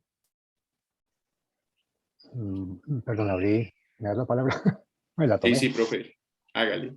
Digamos, durante los 2 años anteriores, lo interesante o las posibilidades que se abrieron fueron muchísimas. Las exposiciones, por ejemplo, las llevaban pregrabadas. Entonces podían editar, hacerlo con mayor calma, sin la presión pública y utilizar muchísimos recursos. Entonces, digamos que desde esa perspectiva, en ese contexto, fue muy valioso la mediación por así, que ahora es difícil. Se puede aplicar también, porque también pueden hacerlo en casa. Digamos que se acaba de ocurrir en este momento que se puede hacer igual la exposición, aunque depende del semestre del estudiante. Nosotros en nuestro programa de Ingeniería de Sistemas tenemos una asignatura que se llama Técnicas de la Comunicación. Tuve la oportunidad de dirigirla ahora mediada por la CIGI, fue fabuloso. Y dependiendo del semestre, si ya la aprobaron, pues se les puede exigir mucho más en esa parte de exposición. Mientras que si es un estudiante de primer semestre, no es mucho lo que se puede esperar de una exposición en público. Gracias. Bien, bien, profe. Por ejemplo, en esa de técnicas de comunicación le voy a dar 2 propuestas que yo he utilizado en algunas asignaturas de didáctica, por ejemplo, para cambiar esto de las exposiciones. A mí me gusta jugar mucho con lo improviso, es decir, sacar al estudiante de que tenemos estudiantes que se aprenden todavía temáticas y contenidos para llegar a hacer las exposiciones, entonces a mí me gusta sacarlos mucho de esa zona de confort. Y 2 ejemplos que yo hago. Una para trabajar improvisación es que empiece a hablar sobre un tema o posiblemente el tema que yo le estoy dando. Le doy a algunos estudiantes del salón hojas y marcadores, y yo les digo, escribe una palabra, y en algún momento, mientras que el otro está exponiendo, levanta la hoja con la palabra, y el otro dentro de su discurso tiene que integrar esa palabra a manera de ejemplo o a manera de que se vea natural y que esté en la capacidad de pensar rápido para poder relacionar lo que está hablando con esa palabra. Y a veces no lo hago con palabras, sino que lo hago con material didáctico. Entonces, por ejemplo, llevo hoy este tarro, llevo hoy este lapicero y llevo hoy este papel. Entonces, yo le digo en algún momento, listo, todos los que van a exponer hoy, en algún momento yo les voy a pasar uno de esos elementos y ustedes tienen que incluirlo en su exposición. ¿Cómo? Pues no sé, busquen la manera si lo hacen como ejemplo, si ponen una actividad, si hacen preguntas o lo que ustedes deseen. Entonces, efectivamente, como que la atención de ellos ya se centra es como en los elementos que les voy a dar y la apropiación de los contenidos pasa a un segundo plano en la forma de los nervios, pero lo interesante es ver cuándo relacionan lo que están aprendiendo con los elementos que yo les doy también. Y eso son como cosas interesantes que los saca de ellos de esa normatividad o esa forma tradicional. Profe Rosa. Ese ejemplo que usted acaba de compartirnos, profe, digamos que yo he apuntado a algo así también en didáctica, y es que en una de las clases, apuntando a uno de los objetivos, llevé varios elementos, varios objetos. Bueno, van a desarrollar un tema alrededor de este objeto, y ese objeto en sí mismo se volvió objeto de aprendizaje. Y la explosión de creatividad, y que fue en la presencialidad, sin ninguna ayuda de Geniali ni de Kahoot, porque también ahí está la riqueza de las TICs. No sé si recuerda, profe Stewart, el compartir con el profesor de Israel alguna vez la videoconferencia. Él lo que hace es realmente armar una caja de herramientas para clasificar todas esas posibilidades que tenemos y categorizarlas de acuerdo al objetivo. Profe, le voy a contar también una experiencia que hice este semestre, de hecho, y que me funcionó muy bien, pero eso sí que es complejo porque hay que tener buena conexión con el grupo. Y es que yo cogí un texto que era importante, era teórico, y lo recorté. Saqué los parrafitos diferentes del texto y lo repartí en desorden en el salón. Entonces yo dije, por favor, van a leer el párrafo que les acabo de dar, van a interpretarlo, van a mirar la manera en que puedan hablar sobre ese parrafito que les acabo de dar. Listo, lo hicieron, lo leyeron. Listo. Todos los párrafos que ustedes tienen en esos momentos tienen un orden y ustedes no saben cuál es ese orden. Vamos a intentar hacer una exposición de todo el salón que salga de una manera lógica, pero que usted mismo considere cuándo es su momento de pararse y hablar sobre lo que le tocó. pero yo no le voy a decir usted salga, el otro estudiante no le va a decir, oiga, sigue usted, porque desconocen qué es lo que usted tiene. Y créanme que sorpresivamente funcionó, se logró el objetivo, hubo un desorden en algunos de los párrafos, pero eso hacía que los estudiantes que salieran, porque ya se estaban viendo cogidos, porque ya estaban pasando varios y no había salido su temática, buscaran la manera de empatar lo que el otro había dicho con lo que su tema tenía. Y nuevamente juega este elemento de, yo lo llamo a veces improvisar, pero no la forma literal de la palabra, sino como en la capacidad de pensar rápido y de conectar, que a veces es donde el estudiante puede fallar, en que no logra una conexión o una conciencia frente a lo que está aprendiendo en un contexto real. Entonces, cuando ellos hacen este empate frente a lo que el anterior estaba diciendo, pues lleva a un nivel superior del pensamiento, y ya no es simplemente pensar en la interpretación de la lecturita pequeña o el párrafo que yo les di, sino que es una interpretación mayor en la capacidad de sostener un discurso, y ese discurso no es tan fácil de llevar. Ahí vamos teniendo diferentes estrategias que son bien interesantes al momento de evaluar y de buscar estas exposiciones, que miren que la creatividad es lo que lo logra. De hecho, o sea, por ejemplo, cuando yo estoy viendo programas acá en la casa, reality shows o lo que sea, yo hasta de ahí saco cosas que me pueden servir de didáctica, nada más con ver MasterChef que los ponen a hacer X receta y que luego los cambian y usted tiene que continuar con la receta del otro. Eso me da a mí ideas de cómo puedo llevar esto a un contexto de aula y mirar la posibilidad de, pues madre, es muy difícil pedirles a ustedes un producto y que luego ese producto cambie porque la base va a ser diferente. Profe Guillermo. Profesor, quería compartirles una experiencia que estoy realizando con mis alumnos. Es que en este semestre, como, bueno, estoy en la parte, me tocó, digamos, les estoy dictando la parte de informática 1. Yo quería llevarle a eso otro contexto, entonces nos metimos en el asunto de la nube. Hay una herramienta que es muy útil para cualquier persona. Entonces, desde ahí comenzamos como a implementarla. Ese es mi nuevo perro. Yo no tenía perro el año pasado, ahora ya tengo perro. Entonces, ya me quedan las reuniones con el perro incluido.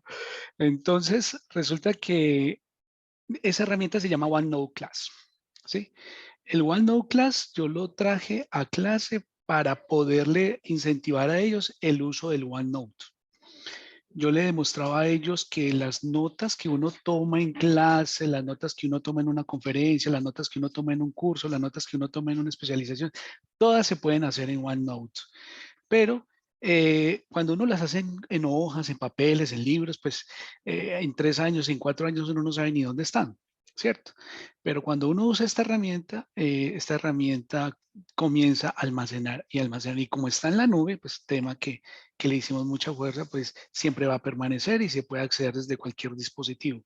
Entonces, para poderlos llevar a eso, yo los integré a una opción que trae esto llamada el OneNote Class. Y el OneNote Class tiene unas, digamos, unas divisiones donde están las investigaciones, los trabajos en clase. Entonces, lo último que hice con ellos fue colocarles una tarea especial para todos los tipos de gráficos que existen. El radar, el de burbujas, bueno, algo. Y si yo me pusiera con cada uno a decir, venga, salga y muéstrame qué hizo, pues nos estaríamos llevando muchas horas en eso. Entonces lo que hacemos es que ellos lo hicieron en su cada OneNote Class y en eso luego lo exponemos en un ambiente colaborativo que tiene eso y les queda precisamente de elementos de estudio para todos y le agregamos a cada, digamos que a cada trabajo de eso que digamos en otras ocasiones pues uno los colocaría a exponer, pero le agregamos insertar un trabajo práctico. Hombre, Stewart, no ve, yo realmente quedé sorprendido con unos trabajos de unos alumnos que hicieron un muy buen contenido no hicieron como exactamente un copy-paste, no hicieron muy buen contenido y lo hicieron con un buen trabajo en práctico que yo dije, no, esto quedó una maravilla. Entonces lo exponemos para que a todos les sirvan, porque bueno, todos no iban a hacer una investigación de todos los tipos de gráficos que hay actualmente para poder analizar datos. Entonces lo llevamos a un ambiente colaborativo, cada uno lo tiene en su ambiente de investigación en OneNote Class y luego lo llamamos a un ambiente colaborativo y de ahí todos leen las investigaciones y los trabajos prácticos que hicieron sus compañeros. Profe, vea, por acá tiene una réplica la profesora Rosa en el chat que dice, escuchando al profe Guillermo, veo cómo utilizar una nueva herramienta tecnológica recoge una técnica antigua que hace tránsito del siglo XXI. Profe Rosa, ¿cuál es esa técnica a la que hace referencia? Pues precisamente a eso, al diario de aprendizaje, al cuaderno de notas. Eso ya estaba, pero como en este momento en el que nos vemos abocados, lo que pasa es que de pronto nos ha dado como pánico, pavor apropiarnos de las nuevas tecnologías. Pero entonces miren cómo eso estaba. Y nosotros como docentes teníamos unas metodologías que estaban, digamos, supeditadas a unas tecnologías que no conocíamos. Pero en esencia eso es lo mismo, pero cómo se enriquece y eso nos permite una comunicación bidireccional con los estudiantes. Es que vea que acá vuelve la pregunta que les hice pues al iniciar la clase, que era innovación. ¿Innovación es simplemente hacer unos pequeños cambios o es traer algo que nunca se había hecho y ya? Pero mire que son cosas que nosotros normalmente ya hemos realizado y cambia la herramienta, cambia el medio, cambia la forma de mediatizar precisamente toda esa situación para lograr unos objetivos de aprendizaje. No sé si el profe dejó la mano levantada o la levantó, profe Guillermo. ¿Cierto que la acabo de levantar otra vez? ¿Cierto? No, la dejé levantada, pero Bueno. sí quería agregar una última cosa, es Sí, que señor. esta herramienta la da la Universidad Tecnológica de Pereira. Eso lo da la universidad. Yo no me la inventé ni la traje. No, eso lo da la universidad. Lo que pasa es que vi que no la estaban aprovechando y yo quería como, por eso le digo, quería cambiar esa parte de como la informática uno que siempre dictan. Hice un cambio, no tan radical, pero usé las nuevas tecnologías y lo que hice fue precisamente aprovechar todo lo que actualmente se está dando en la nube con estas herramientas que quién las da la universidad. Entonces los muchachos ya pueden empezar a tomar de esas notas, como dice la profesora Rosa, y por experiencia, pues yo le digo, yo tengo notas de más o menos aproximadamente 7 años que yo sé que en caso de haberlas puesto en un libro, en un cuaderno, pues yo no las tendría. Tengo las reuniones de las que hice, tengo todo, lo tengo y lo voy moviendo conforme va avanzando la tecnología, lo voy moviendo y eso le quería llevar a los muchachos. Entonces los estaba digamos, llevando, usando esta herramienta llamada el OneNote Class, que es la herramienta colaborativa de Microsoft, para que ellos comenzaran a usar la otra herramienta que les va a ayudar de aquí en adelante. Profe, pues nos deja ahí una tarea y es entrar a explorar también esta herramienta. Y yo creo que de ahí también partió la necesidad de hablar de repositorios de contenidos en la web. Por ejemplo, yo hoy tengo mi clase creada en Classroom, yo termino un semestre, archivo la clase y al archivar la clase también hay que archivar la clase de los estudiantes, obviamente, y eso les sigue sirviendo a ellos como repositorio, porque ya me ha tocado ver estudiantes que entran a clases anteriores a revisar los trabajos que enviaron o a revisar algunas lecturas que los docentes les había dejado y va evolucionando esta, no sé si definición, porque la definición va a ser la misma, pero va como evolucionando la forma o la metodología para desarrollar esas estrategias precisamente. Tenemos otras estrategias ahí como lo que es el portafolio digital o cuaderno digital que nosotros hemos utilizado, que es, llamémoslo así, que también se ha hecho en la presencialidad como el portafolio tal cual, sin lo digital, y es que cada una de las tareas que usted va entregando le va sirviendo a usted para ir haciendo una cartilla que puede ser de estudio para después o para al final tener un producto que pueda representar esa nota del último corte, por ejemplo. Esto en la virtualidad se da mucho, que cada una de las tareas que ustedes vayan subiendo esté ligado a una carpeta de Google Drive, pero entonces eso termina siendo una subcarpeta que reúne varios elementos y una configuración pedagógica previamente determinada para decir cuál es la coherencia entre actividad 1, actividad 2, actividad 3, actividad 4, etcétera, y poder reunir todo lo que es un cuaderno o un portafolio digital. Tenemos los podcasts. Pues en estos momentos, si nosotros nos vamos a la definición exacta de un podcast, pues prácticamente nos da unos parámetros hasta de tiempo. Pero ya es un término que el estudiante está empezando a reconocer y que sería interesante también trabajarlo, porque puede ser una actividad transversal a cualquier asignatura y a cualquier temática. Puedo hablar de matemáticas, puedo hablar de cualquier elemento de las humanidades o acciones que hayan pasado para que ellos creen un guión y puedan representarlo a través de esto. Hay quienes puedan llegar a descargar aplicaciones para hacerle cortinillas, efectos sonoros y todo lo demás, pero desde la forma más básica me puede funcionar a mí para saber si un estudiante viene apropiando o no los contenidos que le estoy dando.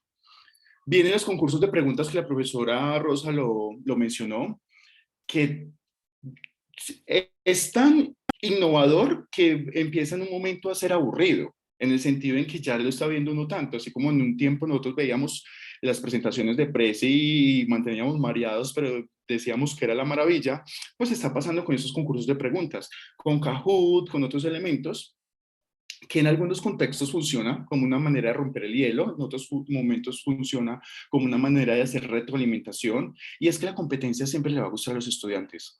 Entonces, por ejemplo, esos recursos como Kahoot, por ejemplo, me permite a mí que ellos dinamicen porque siempre están las ganas de tener más puntaje que el otro, de responder más rápido, y eso como docente me sirve a mí para ir haciendo retroalimentación y hacer una pausa en cada una de las preguntas para fortalecer aspectos que estén relacionados a esa temática que se vaya dando.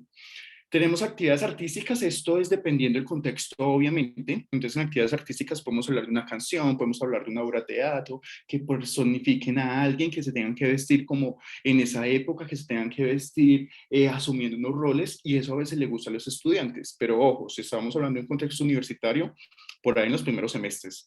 Después, a veces es complejo trabajar con ellos, por esos temas también que nosotros conocemos hasta de los mismos niños que llegan a una edad en que dicen que ya no quieren ser más niños y se consideran adultos. A veces pasa eso, pero hay algunos grupos que se permiten trabajar de esta manera. Por ejemplo, el ILEX utiliza mucho esas estrategias y en el ILEX les funciona en la enseñanza del inglés para poder trabajar y lograr los objetivos de aprendizaje que tengan pues planeados. Y tenemos los videos. En estos videos podemos decirles que creen cápsulas de 2 o 3 minutos, podemos decirles que hagan exposiciones como mencionaba ahorita el profesor Juan Carlos, y podemos hablar de diferentes formatos. Entonces, un formato para un reel de Instagram, otra palabra que se metió en esos momentos, un reel, que es un video, y un video que ya cuando le dicen a uno reel, pues es un video así vertical, por ejemplo, o podemos pedirle un video horizontal y que ellos mismos lo editen. Los estudiantes ya conocen varios recursos para editar los videos o simplemente entran a TikTok y ahí mismo lo pueden editar. Profe Guillermo, ¿tenía la mano levantada o la levantó? No, la tenía Bueno. levantada, pues ya la bajo. Ya. El profe Frank por acá nos dice, es muy buena herramienta, además de colaborativa, guarda recortes de páginas web, documentos, tener la clase y ayudas en ella. Sí, señor, ahí tenemos todas las posibilidades de crear varias cosas y estrategias con los estudiantes. Esa el video, profes, le pueden sacar el mayor provecho. Por ejemplo, en estos momentos estoy trabajando con los estudiantes la realización de stop motion, que es tomar fotografías y que al colocar esas fotografías en simultáneo, pues me va a dar como si el video tuviera movimiento. Lo que nosotros hacíamos en la escuela, que era con hojitas de cuaderno y le hacíamos así las hojas para que les diera movimiento. Eso mismo, y se puede trabajar con ellos en varias clases ese producto.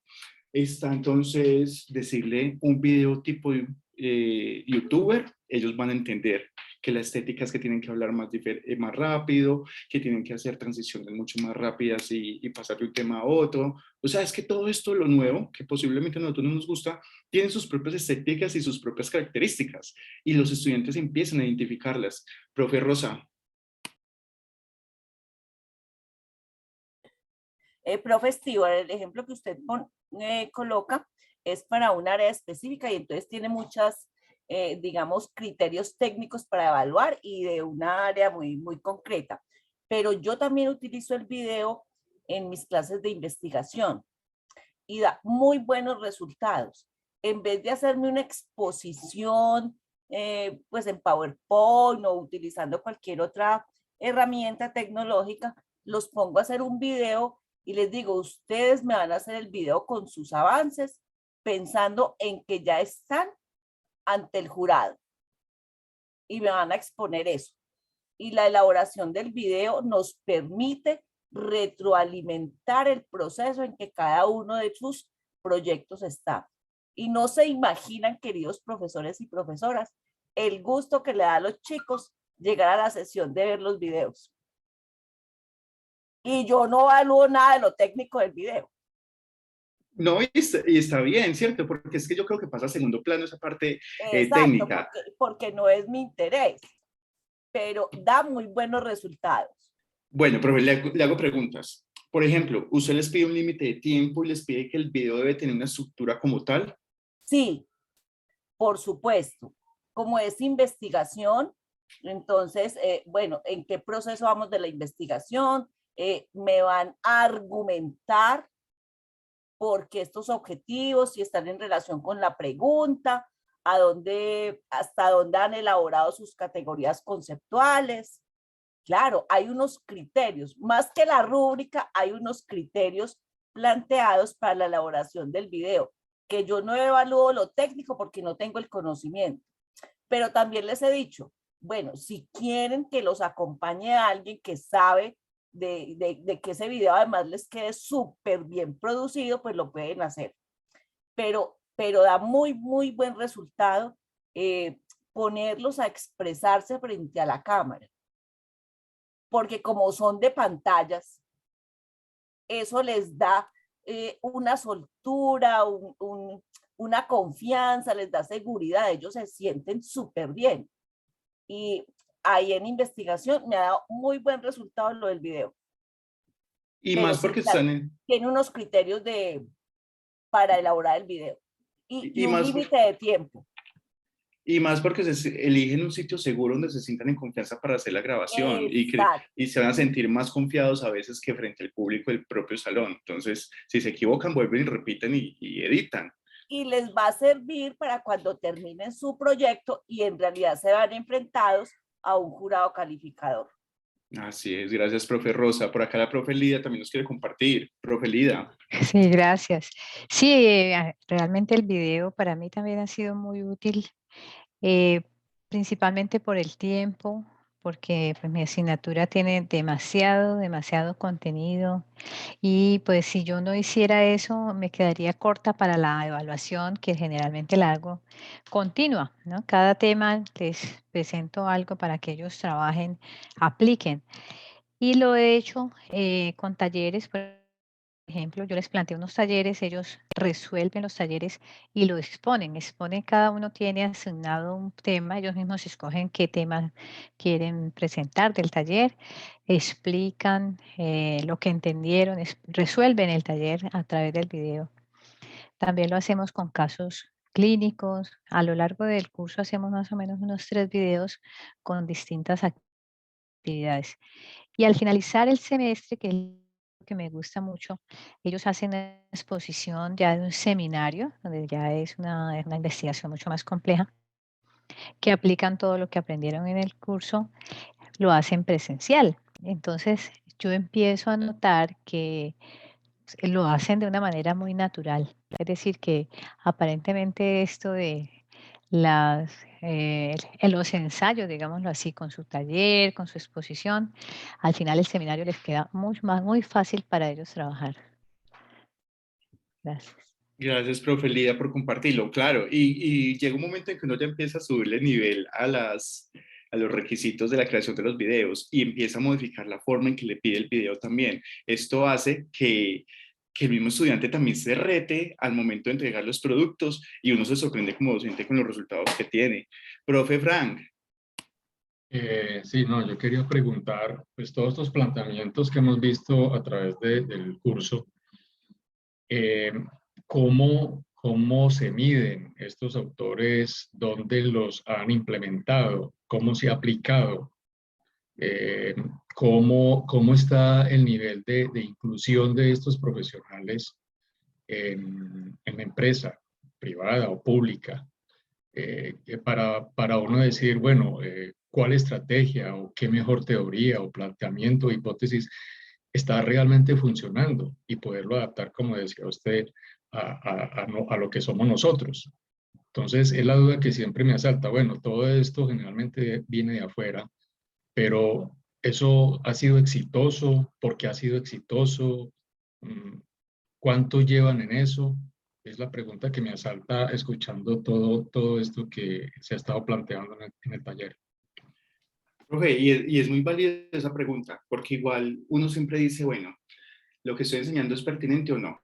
Por ejemplo, en mi caso, que yo le enseño también a profesores, es decir, a estudiantes que van a ser profesores, entonces lo que se busca es que tengan una mirada más amplia de lo que van a llegar a hacer en el campo laboral, es decir, que tenga un plus a lo que otros docentes puedan llegar a tener. Entonces, como somos licenciados y vamos a pelear con otros licenciados por unos puestos, ¿cuál va a ser mi diferencia frente al mercado? Entonces, el saber usar los recursos educativos digitales, saber cómo relacionar lo que estoy aprendiendo con las formas de enseñanza. Pero si lo miramos desde otro campo o desde otra área del conocimiento, creería yo que permite llegar a unos niveles de pensamiento superior de como lo hablábamos de la taxonomía de Bloom. Hay autores que sí nos pueden especificar propiamente la relación que tienen las tecnologías con el aprendizaje. Por ejemplo, César Paul nos habla desde la psicología educativa. Entonces, cómo la mediatización de las tecnologías de información y comunicación tienen la posibilidad de influenciar en esos procesos de aprendizaje. Sin embargo, hay autores que no nos hacen la relación directa con las teorías cognitivas, sino que los dice, hey, está la misma base del aprendizaje, de lo que hablábamos ahorita con la profesora Rosa, la misma base de qué es lo que quiero enseñar. Hay unos objetivos de aprendizaje, unos objetivos, unos resultados de aprendizaje y todo lo demás, pero lo que cambia es la mediatización. Y es cómo coger las tecnologías como un medio para enseñar algo. Lo que hablamos ahora del diario de aprendizaje estaba desde hace mucho tiempo, solamente que en ese caso el medio era lo físico, era el tablero o era el cuaderno, y en este caso ya pasa a ser algunas herramientas específicas o repositorios de contenidos. Y yo sé que la profesora Rosa acá me va a complementar el tema. Profe Rosa. Qué pena, profe, pero me repite lo último que no le alcancé a escuchar. Que yo sabía que usted me iba a complementar la respuesta. No, pero claro, no, es que ahí también estaba anotando, pues sí, claro, César Cole fue como el pionero ahí. También hay otro autor que es Galvez, se me escapa el nombre en este momento, que inclusive nos acompañó varias veces en la maestría. ¿Cuál es la importancia de las TIC? Y aquí también tendríamos que volver como a retomar, digamos, ¿para dónde va el mundo? Independientemente de las discusiones que tengamos ideológicas. ¿Para dónde va el mundo? Y las TIC empezaron a incorporarse y digamos que establecieron unos lineamientos hace 2 décadas desde la UNESCO, porque se veía venir la importancia de la incorporación de las TICs.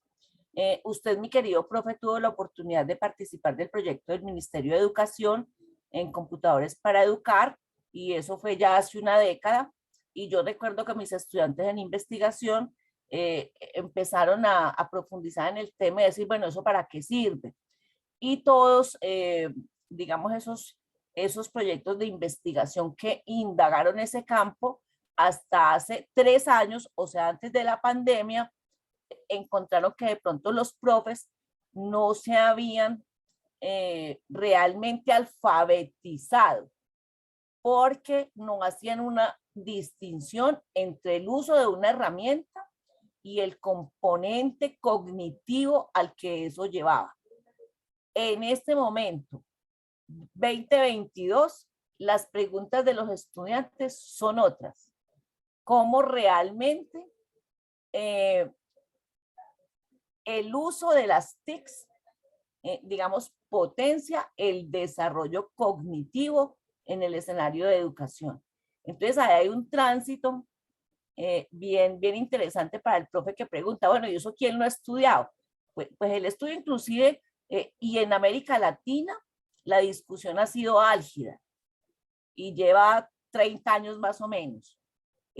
Autores argentinos lo han discutido mucho y creo que uno de los pioneros que empezó a ver eso fue precisamente Barbero con su libro de las mediaciones, y en México Guillermo Orozco, ¿no? Para el profe, si quiere ahondar ahí esos autores, eso sí, se ha estudiado mucho y no es de ahora, viene después de la década de los 70.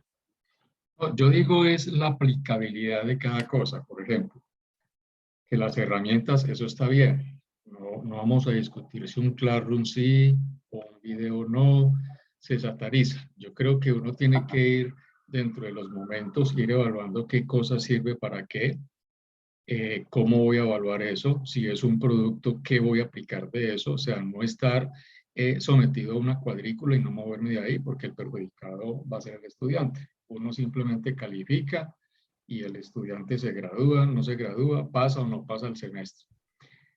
Yo veo, por ejemplo, en el caso de, no nombremos España, pero Estados Unidos, inclusive las universidades antioqueñas, no están huyendo de la virtualidad. Yo veo que en la Universidad Tecnológica algunos docentes, inclusive hoy tenía una reunión a la que no pude asistir, pero se pudo hacer virtual y no la quisieron hacer virtual porque hay que estar presencial. O sea, hay cosas que las podemos hacer de manera virtual. Y veo cómo hay universidades que están profundizando mucho más en la educación virtual cuando se puede, en el caso especialmente en la parte teórica, y están yendo más allá. Están especializando en ciertos temas. Por ejemplo, en los temas financieros, que el laboratorio de la Universidad Tecnológica también ya está buceando ahí. Ojalá lo haga rápido porque la EAFIT está con unos contenidos muy interesantes. No sé si el día de mañana van a haber economistas o cuántos van a haber, pero van a haber muchas personas especializadas. Entonces, ¿qué estamos haciendo con todas estas teorías, estos planteamientos, estas hipótesis? Y realmente cómo se están evaluando. ¿Por qué? Porque yo admiro mucho a la gente que utiliza la pedagogía. Para mí, ser pedagogo es un doctorado. El poderla aplicar con éxito es un postdoctorado. Yo respeto mucho esa parte. Pero cuando uno en la calle está contratando a un profesional de una universidad a otra, ve cómo hay unas diferencias muy grandes entre universidades. Ahora que he aprendido mucho de todo este tema pedagógico, veo que hay docentes, y lo decía un docente la semana pasada, hay docentes que no se apegan a un proceso de enseñanza y aprendizaje. ¿Por qué? Porque quieren llenar un horario. Pero entonces, ¿cómo lo evaluamos? Había un planteamiento una vez que un ingeniero yo lo evalúo con unos resultados. Si el puente se cae, no se cae, si el puente llegó de un punto a otro, pero ¿cómo evaluamos a ese profesor, a estas teorías, ya en el campo, con ese profesional trabajando? ¿Cómo sabemos si esto realmente sí funcionó o no funcionó para rápidamente en el próximo semestre o en los próximos 5 años hacer unos cambios distintos? Bueno, mi profe, pues a ver, ¿qué pienso yo? Qué pena aquí con el profe Stewart. ¿Puedo responder? Profe Fran, usted se mete en una discusión que está abierta y tiene que ver con el campo de la gestión educativa, en la que no solamente el profesor tiene el rol o el estudiante tiene un rol, es un contexto, digamos, más sistémico, y ahí entonces se presentan esas discusiones entre digamos, las políticas educativas a nivel de Estado y a nivel, que son las que orientan las políticas institucionales. Mire que al comienzo, por aquí había comentarios frente a cómo es que volvemos a la presencialidad y estamos en la Universidad Tecnológica de Pereira, que debería estar a la vanguardia con, digamos, con los ambientes de aprendizaje bien dotados, pero pues no los tenemos, ¿cierto? Entonces, ¿qué hacemos nosotros ahí? ¿Cómo nos evaluamos nosotros? Y ahí también hay una discusión que entonces se mete en esa transición en la que orientó también el mismo Ministerio de Educación hace poco para la formación de formadores. En la Facultad de Educación se hizo tránsito de unos planes de estudio a otros. porque el ministerio dio unas indicaciones para esa formación de formadores. Esa es una discusión álgida, profe Fran. Profe Fran y profe Rosa, sí es un camino que todavía no se ha explorado, que está en proceso, porque por ejemplo, si hablamos de educación virtual, es muchísimo lo que falta, tanto así que no hay políticas propias de educación virtual, las pocas que hay son en comparación a la educación presencial, por ejemplo. Entonces hay algunos parámetros desde la creación de contenidos, desde que nosotros sigamos hablando de diseño instruccional para crear un curso, cuando es todo así tan paso a paso, tan limitado y tan curriculado como habla el profesor Frank, y ya hay personas que empiezan a hablar de experiencias de aprendizaje virtual. Listo, estamos dando pasos, pero esos pasos están siendo pequeños. La pandemia nos llevó a adelantar y a correr un poquitico, pero al terminarse esa fase postvacunal, como lo mencionó ahorita un profesor que me gustó ese comentario, hizo que nos adelantáramos, pero un poquitico. Y es muchísimo todavía lo que le falta a la educación virtual, porque nos siguen midiendo como educación presencial desde la misma cantidad de horas, lo que hablábamos ahorita. Entonces, una planeación de 2 horas para educación virtual terminan siendo unas 8 horas en educación presencial, por ejemplo, pero nos pagan las 2 horas que acá hicimos. Bueno, es complejo, todavía falta explorar esto, saber mucho de los resultados que se obtienen en el campo laboral frente a los estudiantes que están siendo formados de esta manera o que se están relacionando. Porque según percepción de estudiantes, por ejemplo, ellos dicen, no queremos volver a la educación virtual. ¿Por qué? Porque algunos dicen que no aprendían, otros dicen que sí el tiempo les servía para más cosas, pero en cuanto al aprendizaje era más lento. Entonces imagínense, era más el trabajo que nosotros teníamos y teníamos que hacer contenidos mucho más extensos, pero el aprendizaje que ellos obtenían era menor que el que obtienen de la parte presencial. Es muy complejo todas esas contradicciones que uno se encuentra al hacer estos comparativos. Sin embargo, pues yo creo que quedamos con una reflexión importante todos que nos deja el profesor Frank ahí al respecto, y es pensar, bueno, los estudiantes que estamos formando en estos momentos, ¿qué están obteniendo y qué ventajas tienen en el mundo laboral y en el mundo real cuando lleguen a salir? A través del uso de las tecnologías, no propiamente hablándolo desde la parte de las herramientas y el software, sino desde la parte mucho más de fondo. No la herramienta o no la tecnología como instrumento, sino como herramienta de mediación más bien. ¿Será que se están funcionando esos procesos? ¿Será que hay que fortalecer esto? Entonces, por ejemplo, el profesor Fernando por acá nos dice, él ha aprendido mucho de manera virtual, en especial en este curso. Profe, qué bien, y esperamos que así haya sido para todos. Precisamente, pues está llegando esa hora de terminar de... está organizando. La rama de justicia nos dice la profesora Rosa que en el país está organizada de forma virtual. Bueno, profe, les voy a comentar. De este módulo no vamos a dejar tarea. Solamente era la necesidad de hacer como este cierre con varios de los elementos que habíamos visto, como para hacer como un cierre coherente con todo el hilo conductor que tuvo el curso. En nombre de todos los profesores, pues muy agradecidos. Dejamos que la próxima semana va a estar abierta la plataforma, recuerden, de cursos imparciales, hasta el próximo viernes. Eso es viernes 13 de mayo, sí, estamos en mayo, 13 de mayo, para hacer entrega de todas las actividades. Ojo, profes, muy importantes. El proceso de certificación es directamente con la universidad. ¿Por qué les explico esto? Desde Imparciales nosotros hacemos toda la gestión de la calificación, entregamos la lista y todo lo demás de las personas que se van a certificar del curso. Ellos nuevamente les hacen un envío de correo solicitándole fotocopia a la cédula para hacer la certificación, pero la entrega de esos certificados los hace directamente la universidad. A veces es demorado el proceso. Nosotros podemos gestionar y hacer de puente para que nos entreguen un certificado, al menos una carta o algo que certifique que usted desarrolló el curso, pero el certificado como tal, o que lo está haciendo, lo entrega a la universidad. ¿Por qué lo digo? Porque hay un curso, por ejemplo, que terminamos el año pasado por ahí en noviembre, y esas son horas que la universidad se ha demorado en hacer entrega de esos certificados. Entonces es importante que ustedes tengan presente esto, porque a veces se nos sale a nosotros de las manos poder gestionar todo esto. Además que ustedes saben que este cambio de la virtualidad a la presencialidad a la universidad en algunos aspectos, pues como que lo cogió no tan listos. Entonces ha sido como complejo este proceso, pero igual vamos a estar acosando para que se haga súper rápido. Entonces el 13 de mayo se cierra la plataforma. Ese fin de semana terminamos de sacar notas los docentes que pasaron por cada uno de los módulos y les estaremos avisando pues ustedes por interno, por el correo, como docen, como las buenas nuevas que vayamos teniendo acá. De igual forma, recordemos que hay posibilidad de asesorías sincrónicas, presenciales, como ustedes deseen. Solamente es escribirle a Nicolás o escribir al correo de Imparciales, imparciales.rat, de imparciales.rat@utp.edu.co, para que puedan solicitar las asesorías si lo ven pertinentes para el desarrollo de alguna actividad o lo que ustedes puedan tener pendientes ahí. Entonces, muchísimas gracias. Los dejo.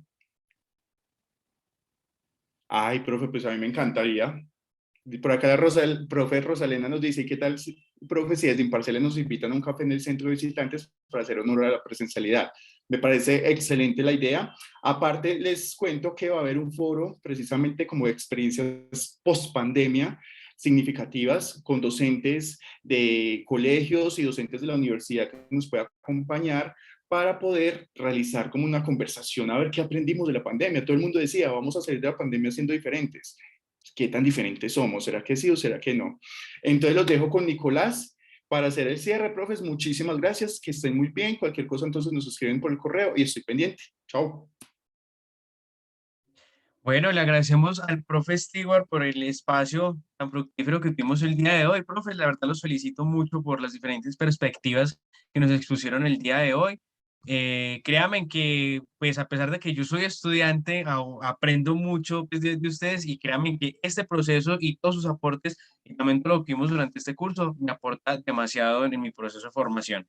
Entonces, pues, como les dijo el profe Stewart, recordarles entonces que la plataforma queda abierta, queda habilitada hasta el día 13 de mayo. Algunos profes me han escrito acá pues, en el interno pues, del chat del Zoom, y también me han escrito a través de mi correo electrónico pues, solicitándome pues, como algunas indicaciones respecto a la plataforma, que espero pues, el día de mañana irles dando respuesta. Profes, en sus pantallas aparece la encuesta de satisfacción pues, que hacemos semanalmente. De verdad, pues que agradecemos demasiado su participación. Nuevamente les pedimos pues como tener paciencia ya cuando comencemos el proceso de certificación, porque pues como se les dijo, es un punto demorado, pero ya pues como respetando los tiempos también de la vicerrectoría académica. Profes, mandarles un fuerte abrazo, esperando pues que nos vamos a encontrar algún día de estos en la universidad, que compartamos así un cafecito también como ustedes han dicho. Y bueno, profe, un fuerte abrazo desde acá, desde Santa Rosa de Cabal, que es el lugar donde vivo. Y bueno, nos vemos pronto, profes. Muy bien. Gracias por... Hasta luego, muchísimas gracias a Luego, todos. Nico. Hasta luego Feliz a noche para todos, todos. profesores. Muchas gracias.